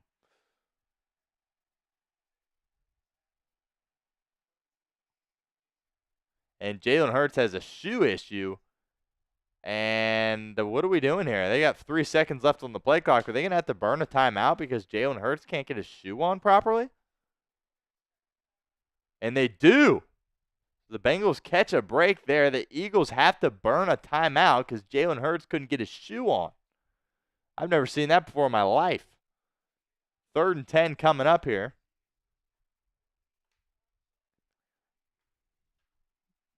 Emiliano says Zach Taylor has no aura. I don't care about aura, Emiliano. Kidding me?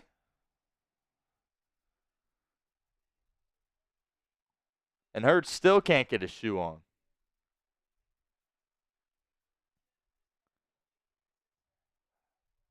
I mean, he's got to go to his backup cleats. I mean, what is going on here? I mean, he's going completely different cleats here, switching to a different pair of Jordans. Those are cooler. He should have been wearing those the whole time. 20 seconds to go on the play clock after Philadelphia burned a timeout. He's got 1 green shoe and 1 white shoe on. And they got to hurry here because there's 8 seconds to go. That is unbelievable. I've never seen that before in my life. 3rd and 10. Massive stand here for this Bengals defense. Hurts has the snap. Firing over the middle. Pass is caught by A.J. Brown. Tackled, made those short of the sticks by Cam Taylor-Britt. It's going to be 4th and 3 for Philadelphia. Let's see what Sirianni does here. I would just take the points and kick the field goal with Jake Elliott, and that is what Sirianni is going to do as Elliott comes out on the field. So Jalen Hurts, my goodness, couldn't get his shoe on. They have to burn a timeout, and then he still almost didn't get out there in time. Never seen that before. Here's Elliott, an opportunity here. It's going to be a fairly long field goal here for Elliott. Let's see if he executes. 49-yarder. The kick is up, and it is right down Broadway.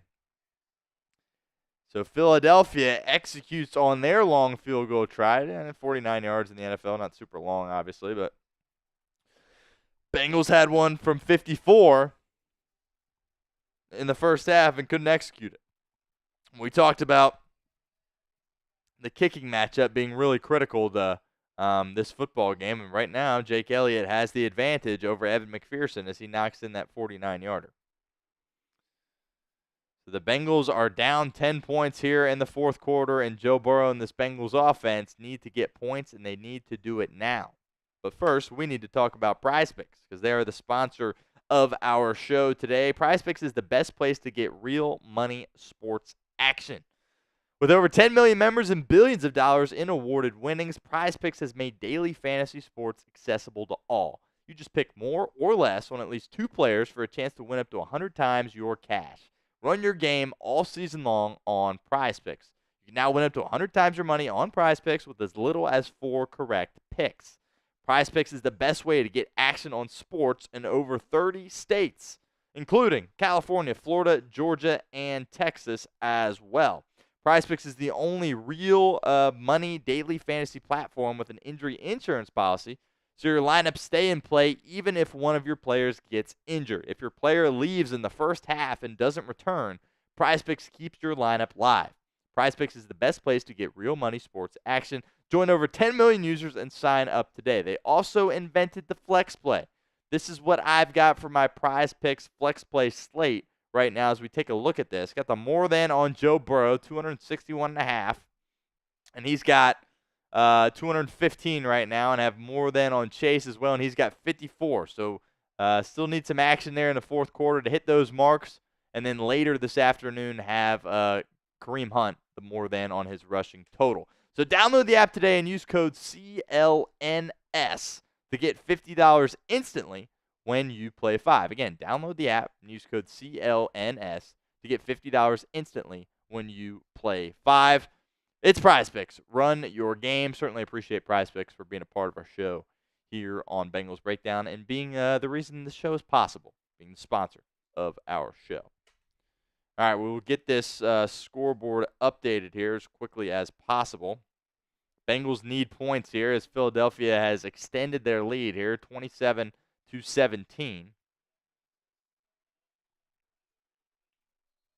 And there is 13.5 minutes to go in this football game.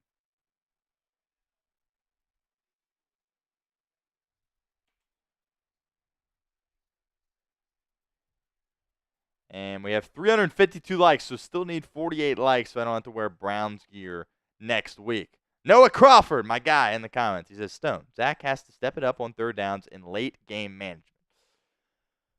It's not surprising coming from Noah. Noah's not a big Zach Taylor guy, and I understand your frustration, Noah. No doubt, at the end of games, he's got to be better. But how about that first drive, Noah, when the Bengals went 5 for 5 on third down and scored a touchdown? That was a pretty good drive. It was a pretty good third down. They definitely have been better on third down today. I get your frustration. The struggles the past 2 weeks on third down have been bad.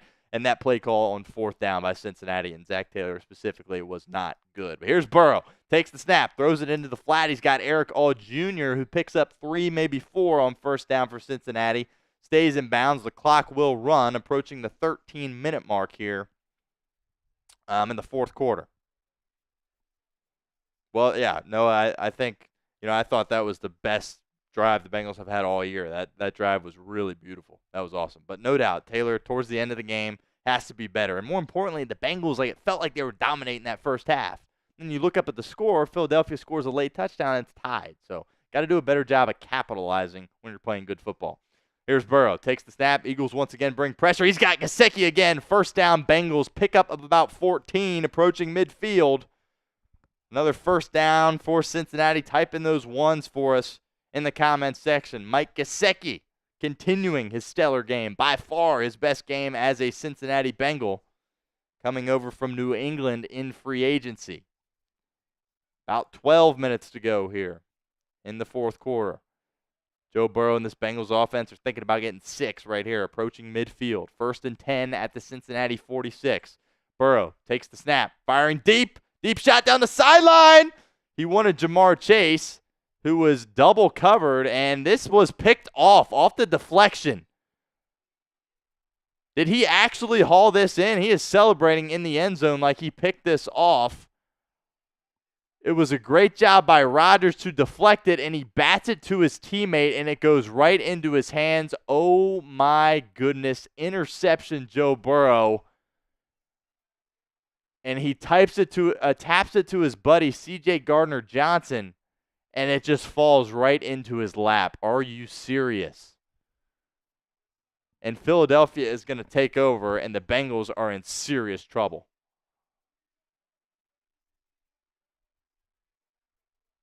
That is unbelievable.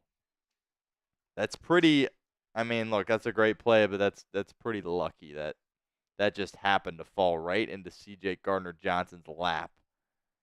And the Bengals all of a sudden have their backs up against the wall here with 12 minutes to go.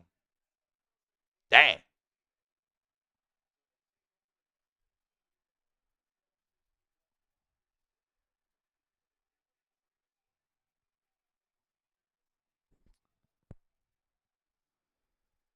And Philadelphia going to keep it on the ground here with Barkley. Pickup of 11. Let's see what this Bengals interior has left in the tank. Philadelphia's kept it on the ground for the majority of this game. They've had success on the ground, haven't really broken one off yet for a big gain. We'll see what the gas tank looks like for this Bengals team defensively. Touchdown here from Philadelphia is wraps, essentially, on this game.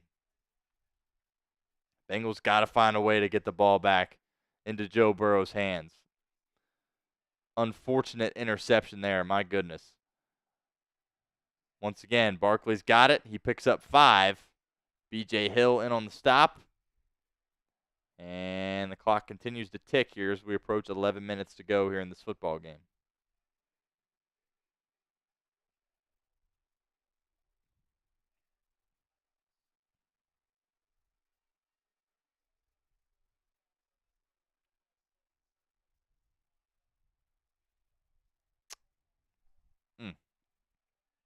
Second and 5. Can somebody on this Bengals defense step up and create a turnover? Cleveland, by the way, leading the Ravens 20-17. Hand off to Barkley, and there's some Cincinnati Bengals. Chris Jenkins Jr. in the backfield. Loss of a couple. Big third down coming up here for Cincinnati. Type in those threes for us in the comments section. 3rd and 7. Outstanding play by the second-year rookie out of Michigan. Barkley gets tackled in the backfield for a loss of 2. 3rd and 7 coming up. Type in those threes. Bengals can be right back in this thing if they can force a punt here from Philadelphia. Approaching the 10-minute mark here in this football game. And the Bengals defense get this ball back for the Bengals offense. 2 seconds to go on the shot clock. Hurts takes the snap. Anarumo brings 4. Hurts fires over the middle. Pass is caught. Devontae Smith once again. DJ Turner in coverage. I tell you what, Devontae Smith is really, really stinking good. First down, Eagles. Clock continues to roll here. Not horrible coverage there by Turner, but just enough space for Smitty. Hurts finds him over the middle on the slant. First down, Eagles. And this clock continues to roll.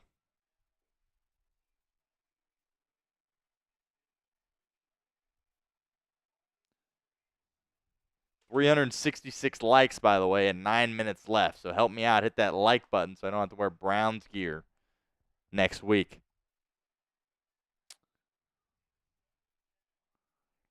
They'll keep it on the ground here with Barkley. This is what Sirianni's going to want to do. He's just going to want to keep it on the ground. If the Bengals can force a third and medium, third and long, then they're forced to throw it. But you can expect lots of runs here as the Eagles try to wear down this clock and get out of here with another win.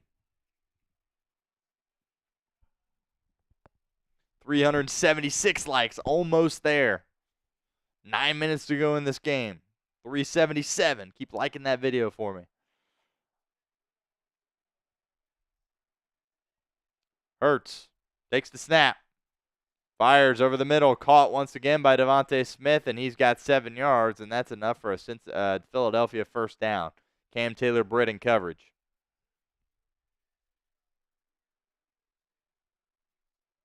Clock continuing to run here. 19 likes away from no Browns gear next week.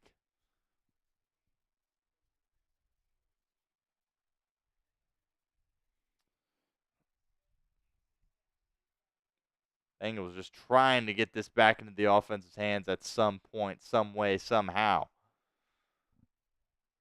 8 minutes. Hurts hands it off to Barkley. Runs toward the right side, picks up about 4. Sam Hubbard in on the stop for Cincinnati. 2nd and 6 coming up.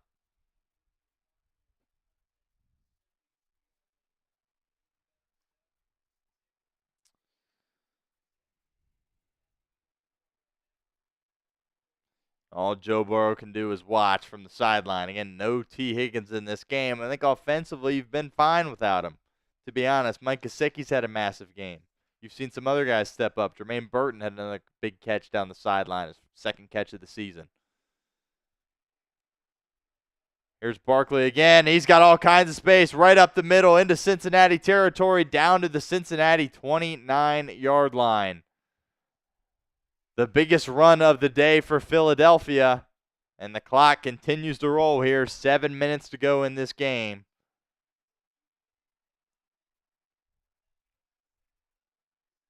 And Philadelphia is just squeezing on the throat here of Cincinnati, slowly putting them to sleep.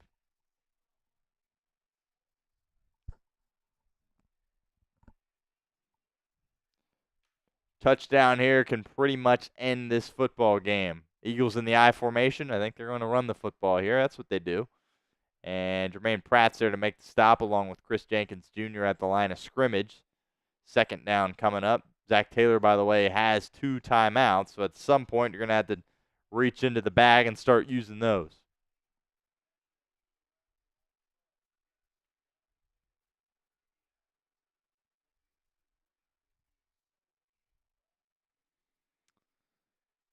Ten more likes at 390 likes here. 10 more likes and no Browns gear next week. AG says is T soft. 3 seconds to go on the shot clock. Hurts takes it, and they're going to throw it here. Play action.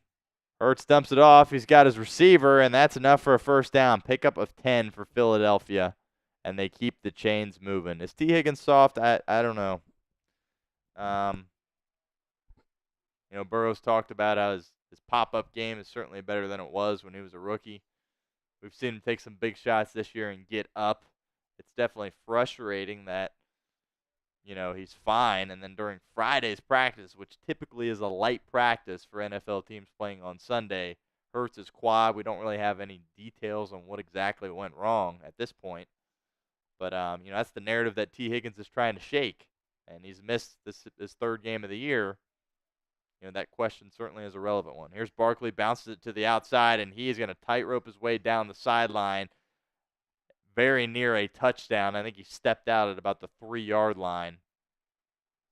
And Cincinnati's on life support right now. 5 minutes to go in this game.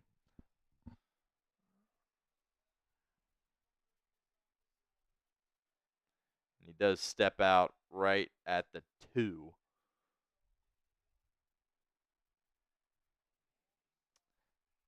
Saquon Barkley was a big issue coming into this game, obviously, is one of the best, if not the best, running back in all of football. The Bengals kind of contained him a little bit, but there's a tush push here at the goal line, and Jalen Hurts is going to score, and this puppy is all but over.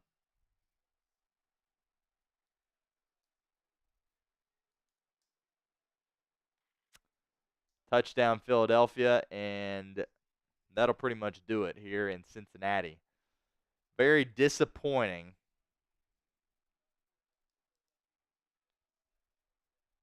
After such a promising start, you end up essentially getting blown out at your own crib.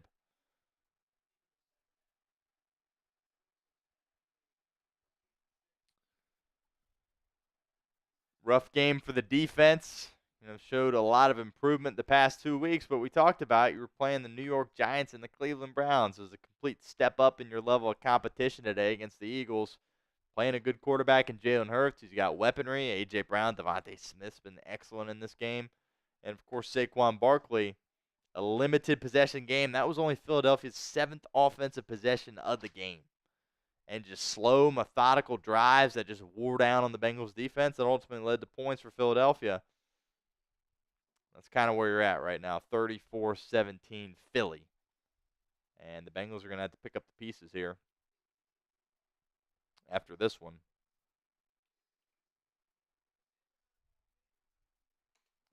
Getting ready to get the ball back here with 4 minutes and 40 seconds to go. The Bengals are going to get back into this game. They're going to have to execute some onside kicks. We did hit 400 likes, though, as Matt points out. Appreciate Matt, of course, as well, for his $200 in Super Chats today. That means a lot, Matt, honestly. I know it's frustrating with the Bengals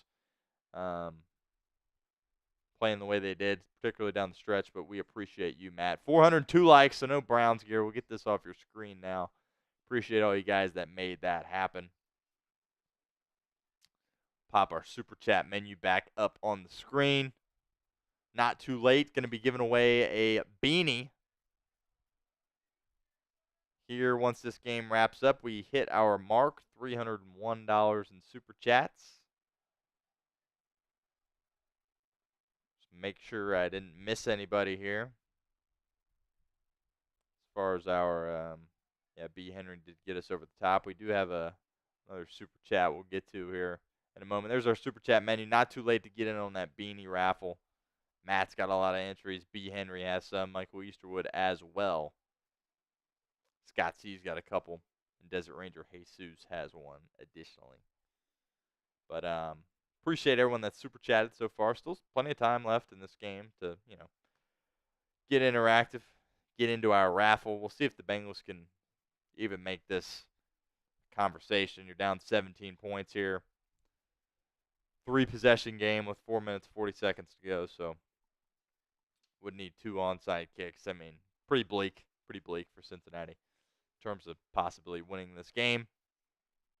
Cincinnati was a 2.5-point favorite coming in. Had a lot of momentum, back-to-back wins.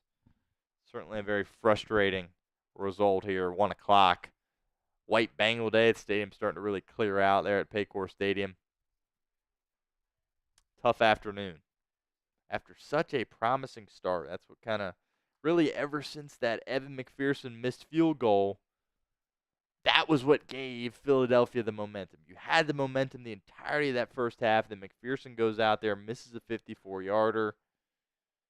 And then Philadelphia eats up the entirety of the clock. All right, I got to call out Allen here. Cincy fans, please stop believing the Burrow hype. I mean, what? That's just an outlandish comment, Allen. You're going to pin this loss on Joe Burrow? You kidding? Here is Burrow, firing over the middle. Again, as Gesicki. Pick up a 5, and that ball come out. I think it might have. And it did. And that will officially do it. Mike Gesicki was having his best game as a Cincinnati Bengal. And he's going to fumble here with 4.5 minutes to go, and this puppy's over.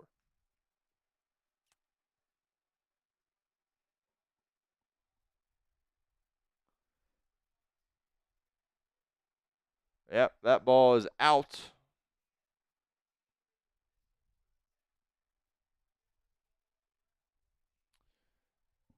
And anything after this point is just a formality here for the Bengals.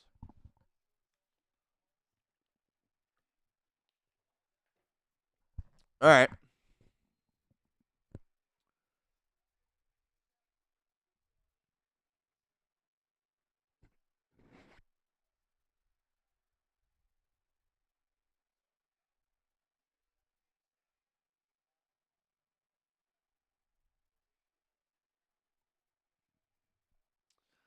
Here's Hurts. And hands it off to Gainwell. Bengals starter still out there defensively. Pickup of 11. First down for Philadelphia.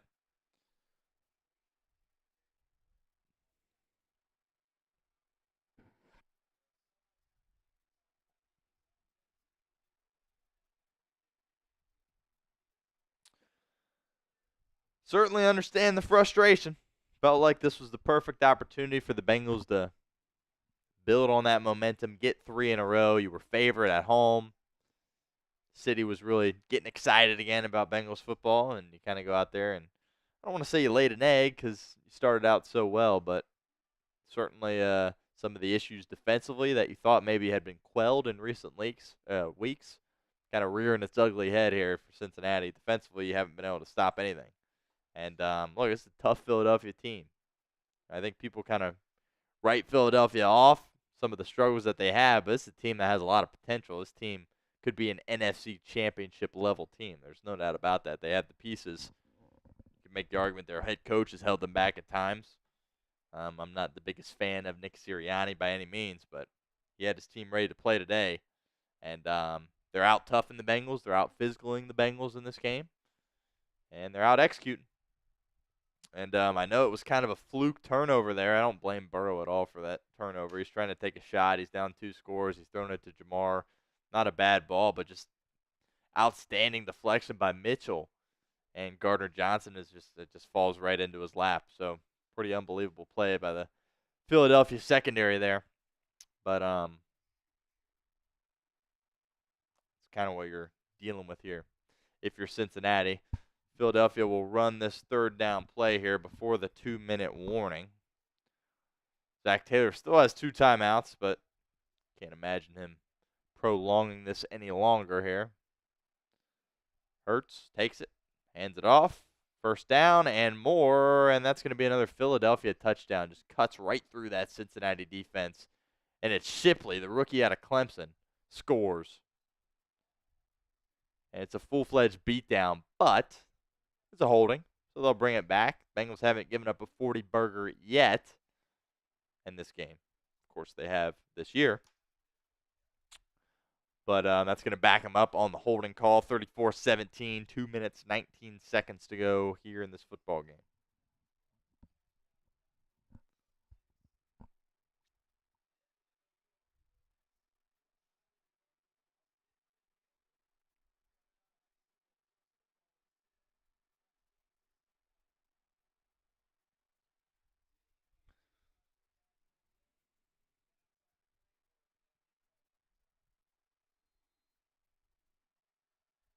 Bengals for Life says no Higgins happened. I think that's going to be echoed by a lot of people, but I personally don't think that was the issue. He had success moving the ball offensively. Ultimately, you missed a field goal. You didn't execute when you had opportunities in the red area. Settled for a couple of field goals. And that's kind of where you're at right now. But I don't think – obviously, you're a better offense with T. Higgins on the field, but I don't think, it was that big of a loss today considering all the success you had moving the football offensively. I mean, you haven't punted all game. Not a singular punt for Ryan Rico in this game. You do have the turnover on downs. Your last 3 offensive possessions are turnover on downs, interception, fumble. So, ultimately, that is kind of where you're at.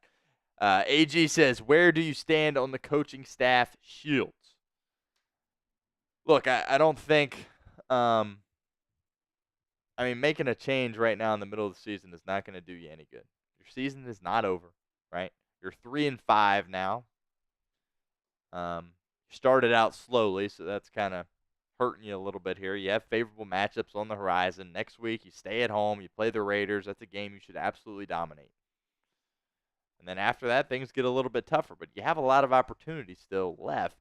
Got to play the Ravens once. Got to play the Browns another time. And you got to play the Steelers twice, which those are going to be massive matchups. So depending on how you play in those AFC North games, if you go out there and you take care of business, you're still going to be a playoff team. But the sense of urgency obviously is really high considering your record right now. But kind of circling back to the crux of your question there about the staff, I've been a Zach Taylor apologist. I have admitted that. I don't have an issue admitting that. I don't think he deserves to get fired. Does he need to be better? Absolutely. But and Lou Anarumo defensively has shown that he can be a really good coordinator as well. Think about when the Bengals went to the Super Bowl. Yeah, Joe Burrow and Jamar Chase, they got a lot of love for that run, but that defense was absolutely lights out. Who was calling the shots? Lou Anarumo. So I still have faith in the staff. I think the biggest issue that I have with the staff is the reoccurring theme of the slow starts in September. But that's something that you got to address in the offseason. Talking about it now here as we get into November isn't going to do us any good. But it would be crazy to make a move, fire anybody right now, which, by the way, if the Bengals win some games coming in, they're not going to fire Zach Taylor. Mike Brown's not going to do that. So that's just not how this organization operates. Think about all the mediocrity with Marvin Lewis, and he had his job forever. So they're not going to make a move. People can talk about, wanting to make a move, but I don't think that's going to happen unless something truly disastrous,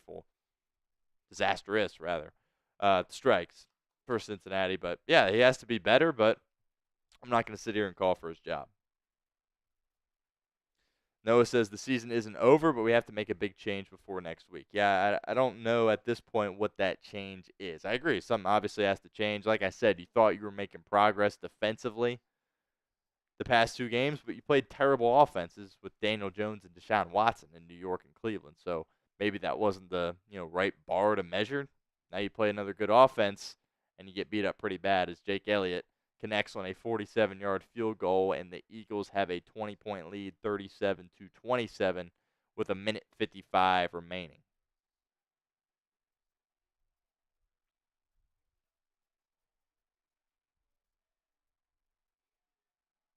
But I agree. Sitting here at 3-5 with all the talent that this team has, it's hard not to blame the head coach. I get it. I get it. For me personally, it would just be too early to jump off on Zach Taylor after I've defended him all this time. But definitely think it's unacceptable. Noah says I think we should make a move like Buda Baker. Um, yeah, so the deadline here coming up on November 5th. So got about a week in order to make a move. Now this team historically, we talk about, trade rumors and whatever on our show here at Bengals Breakdown, but historically this team hasn't um, proven to, make those kinds of decisions in season. So this kick by Elliott looks like it's out of bounds. That takes a Eagles hop, picked up by Jones, who just going to run it out of bounds. I would expect to see Jake Browning here on this possession, but we will see. So, yeah, I think, a piece in the secondary, and it will be Browning that takes the field. A piece in the secondary certainly could help you.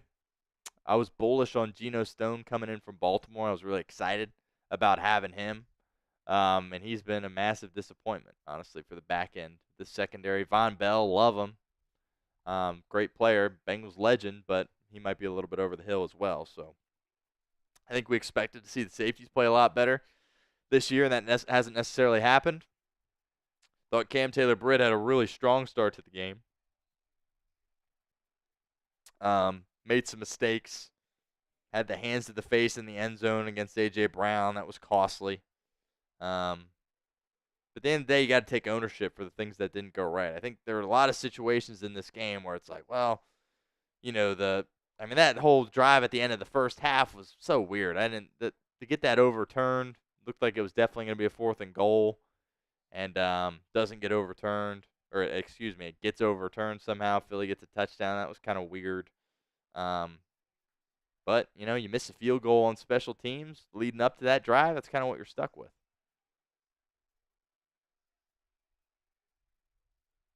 Yeah, I think Geno Stone, though, definitely has been a disappointment so far. Noah. Again, it's 37-17 here as the Bengals are just running out the clock here offensively. Jake Browning is in at quarterback.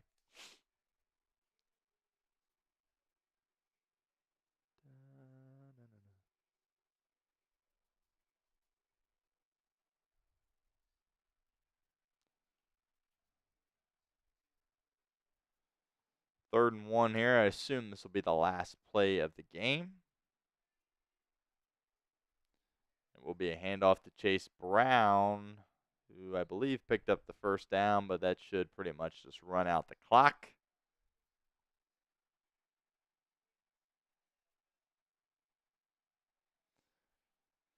And Cincinnati gets smacked at home 37-17 after a promising start. And ultimately, it does not end in victory. Chase Brown having a moment with his twin brother who plays on the Philadelphia Eagles. And how's the fantasy team looking? I have not looked since this game started, so I'm a little bit nervous to do that, considering how my team has performed so far this year. Appreciate all of you guys hanging out with us here on Bengals Breakdown. It was fun for a while, and I think it. Obviously, you look at the scoreboard and you go, "Oh wow, they got absolutely smacked." It got away from them at the end, certainly. Kind of taking a look at exactly what went down. Kind of that turning point, certainly in the third quarter, where you go for it on 4th and 1 in your own territory, and you run that little route out there to Chase in the flat. I respect trying to get it in your one of your best playmaker's hands in Jamar Chase. It doesn't work out. Throwing it short of the sticks. Zach Taylor's going to get banged on for that. I definitely think, given the success you had throwing it over the middle as well as to the boundaries, I'm not throwing that short of the line of scrimmage. You throw a little screen or whatever wide receiver route into the flat short of the sticks. Cooper DeJean makes a great play tackling Jamar Chase in space. And Crawford says, appreciate the coverage, Stone Cold. Your voice is like drinking glacier water.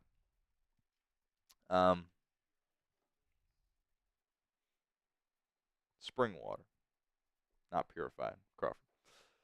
But, yeah, Bengals fall 37-17. And, again, much closer than what the score would indicate. You played great in the first half. Really all went downhill after that miss from Evan McPherson. So definitely some issues in the kicking game that need to get corrected. We talked about going into the game. Third down efficiency, turnover battle in the kicking game. You were great on third down. You lost the turnover battle. Was it unlucky? Maybe, but you lost the turnover battle. It was a great interception. And you got outplayed in the kicking game very clearly as well. So that's kind of where you're at right now as a football team. All right, so go ahead and grade the Bengals for me in this game in the comment section. Be honest with me. I know you guys are probably eager to sound off about your frustrations with this team right now, and Zach Taylor probably specifically. So let me get that queued up, and we will be giving away a beanie here. So I'm gonna appreciate you guys sticking around. We got to 400 likes, so no Browns gear, and we got to $301 in super chats. So that's exactly what we needed in order to do that as well. Let me just pull this up.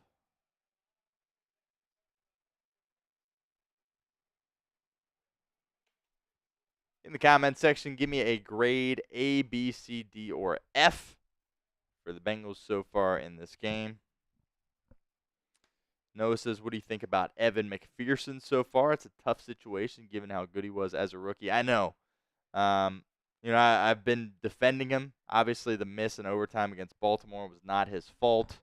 But then the 50-yarder he missed last week against Cleveland, and then that 54-yarder today. I mean, the ball just, look, I'm not a kicking guru. I don't know anything about kicking. But when you see the ball, it just doesn't come off his foot the same way as it was. I mean, that one he hit today was just kind of fluttery, and obviously it was hooking to the left. It's definitely concerning. Fresh off an extension, he's going to be your guy for a while. I think he's loved in the city, obviously, but you keep missing kicks like that, people will turn on you pretty quickly. And it seemed like the operation today, as far as the snap from Adamitis and the hold from Rico, that was good. Again, not a kicking guru, but to me it looked like everything went according to plan as far as the operation. Same last week in Cleveland, and 2 misses. So it's definitely concerning because when the Bengals were winning football games, he was a weapon for this team. And I think he was a really underrated part of this team because it was like, you get past midfield, you just run number 2 out there, and he'll knock it through for 3 points for you. And now you're sitting there, and anything outside of 50 yards, you're holding your breath over, and has a missed extra point as well this year. So there's just a lot of inconsistency there with McPherson, and that certainly is a concern, especially because when you look around the league, everyone else is getting better in the kicking department, right? I mean, 54 yards these days in the NFL is almost routine, and he struggled. 50-yarder last week and a 54-yarder this week. All right, so I'm going to get all these names in here. Matt has a great opportunity here as he sent in $200 in super chats. He has a great opportunity here to come out with a beanie. But we'll see how the Ducks do things here.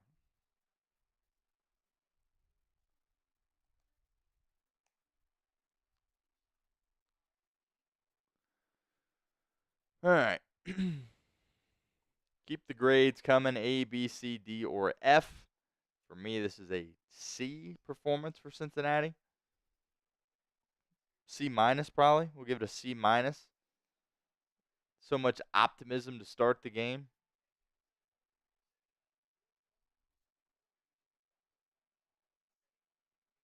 Matt says Burrow has to score more points. Defense has to play better. That's fair. You definitely have to criticize Joe Burrow to some extent. That I have, fired up a little in the chat when someone essentially said Joe Burrow was a disaster. That's not true. But yeah, you have to score more than 17 points.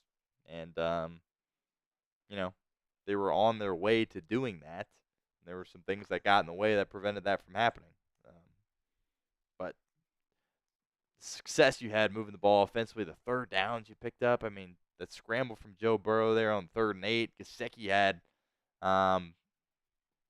3 or 4 big catches on 3rd down for this team that were massive today. And then obviously had the fumble there at the end late. Probably wouldn't have mattered anyway. But too many mistakes, and you didn't create any havoc there for Philadelphia. That's another main thing. Philadelphia was able to do whatever they wanted in this game. When they had to run it, they ran it. When they had to throw it, they threw it. You didn't force them into any mistakes. Jalen Hurts was excellent this game, 16 of 20, almost perfect. Had success running the football as well. Hurts ran for 3 touchdowns.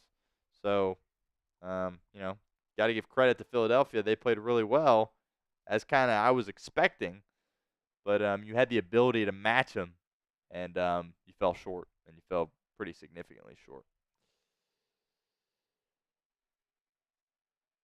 Okay. Getting these names in here. Again, giving away our beanie here.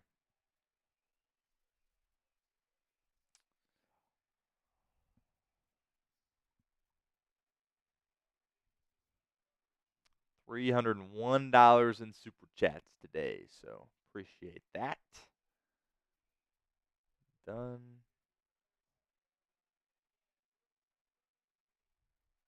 Set this up.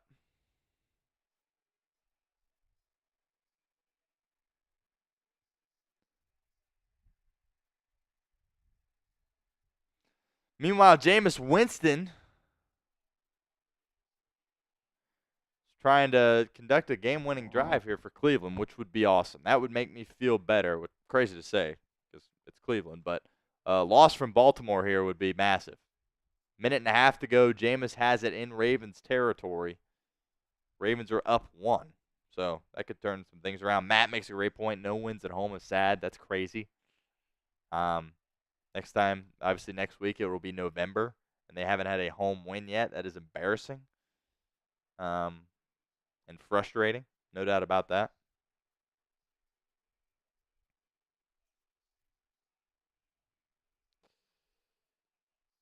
Alrighty here. Again, just bear with me. Trying to get this duck race set up.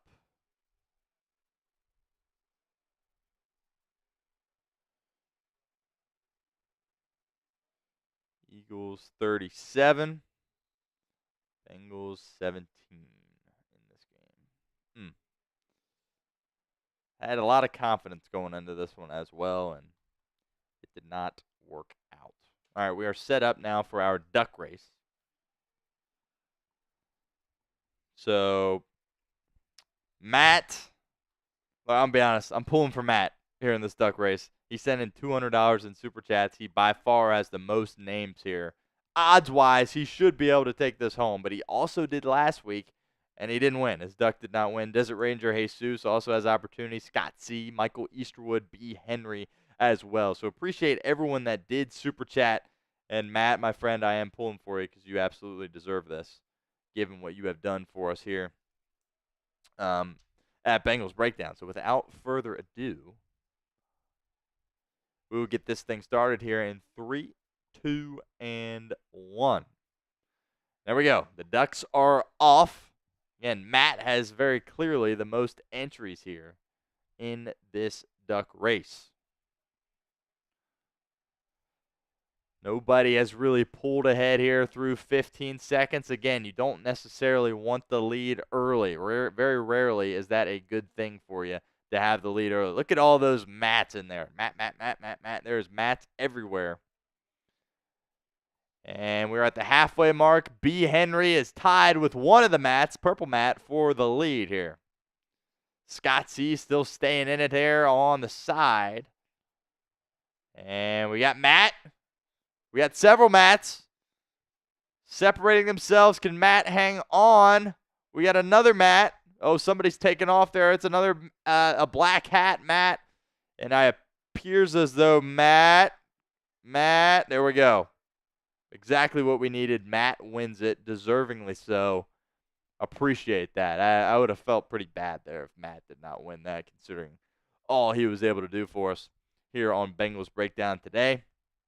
Matt, we will get that. Give me an email, stone@chatsports.com, and we will get a beanie for you, and we will get that shipped out to you. So, Great stuff, Matt. Again, appreciate your service, Matt. Stone at chatsports.com. And sometime this week, I will get back to you with an email. We'll talk shipping address and all that stuff and get all that figured out for you. So appreciate everybody. I mean, shoot, we hit our goals, $300 in super chats. Thanks to Matt. Over 400 likes. So no, oh no, Jameis Winston. No, Kyle Hamilton just dropped it. Jameis Winston threw it directly to Kyle Hamilton. Kyle Hamilton could have essentially iced the game for Baltimore, and he dropped it. And Hamilton can't believe it.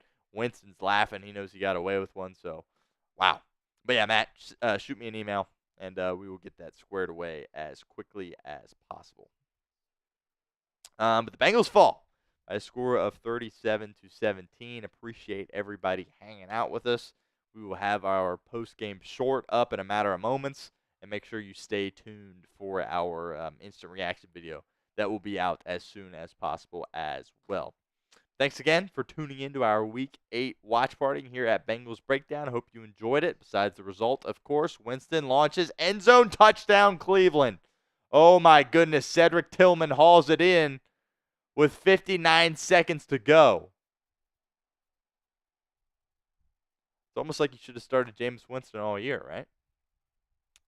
Cleveland will go for 2 here, try to make it a 7-point game. But Lamar Jackson's still going to have a minute and a timeout to work with to try to tie this game or perhaps win this game in regulation. So big play by Jameis Winston. Hopefully Cleveland hangs on for us. But until next time, I have been your host, Stone Shields. Appreciate you hanging out with us here at Bengals Breakdown. And we'll catch you next week as the Bengals hope to get back on the victory train and take on the Las Vegas Raiders.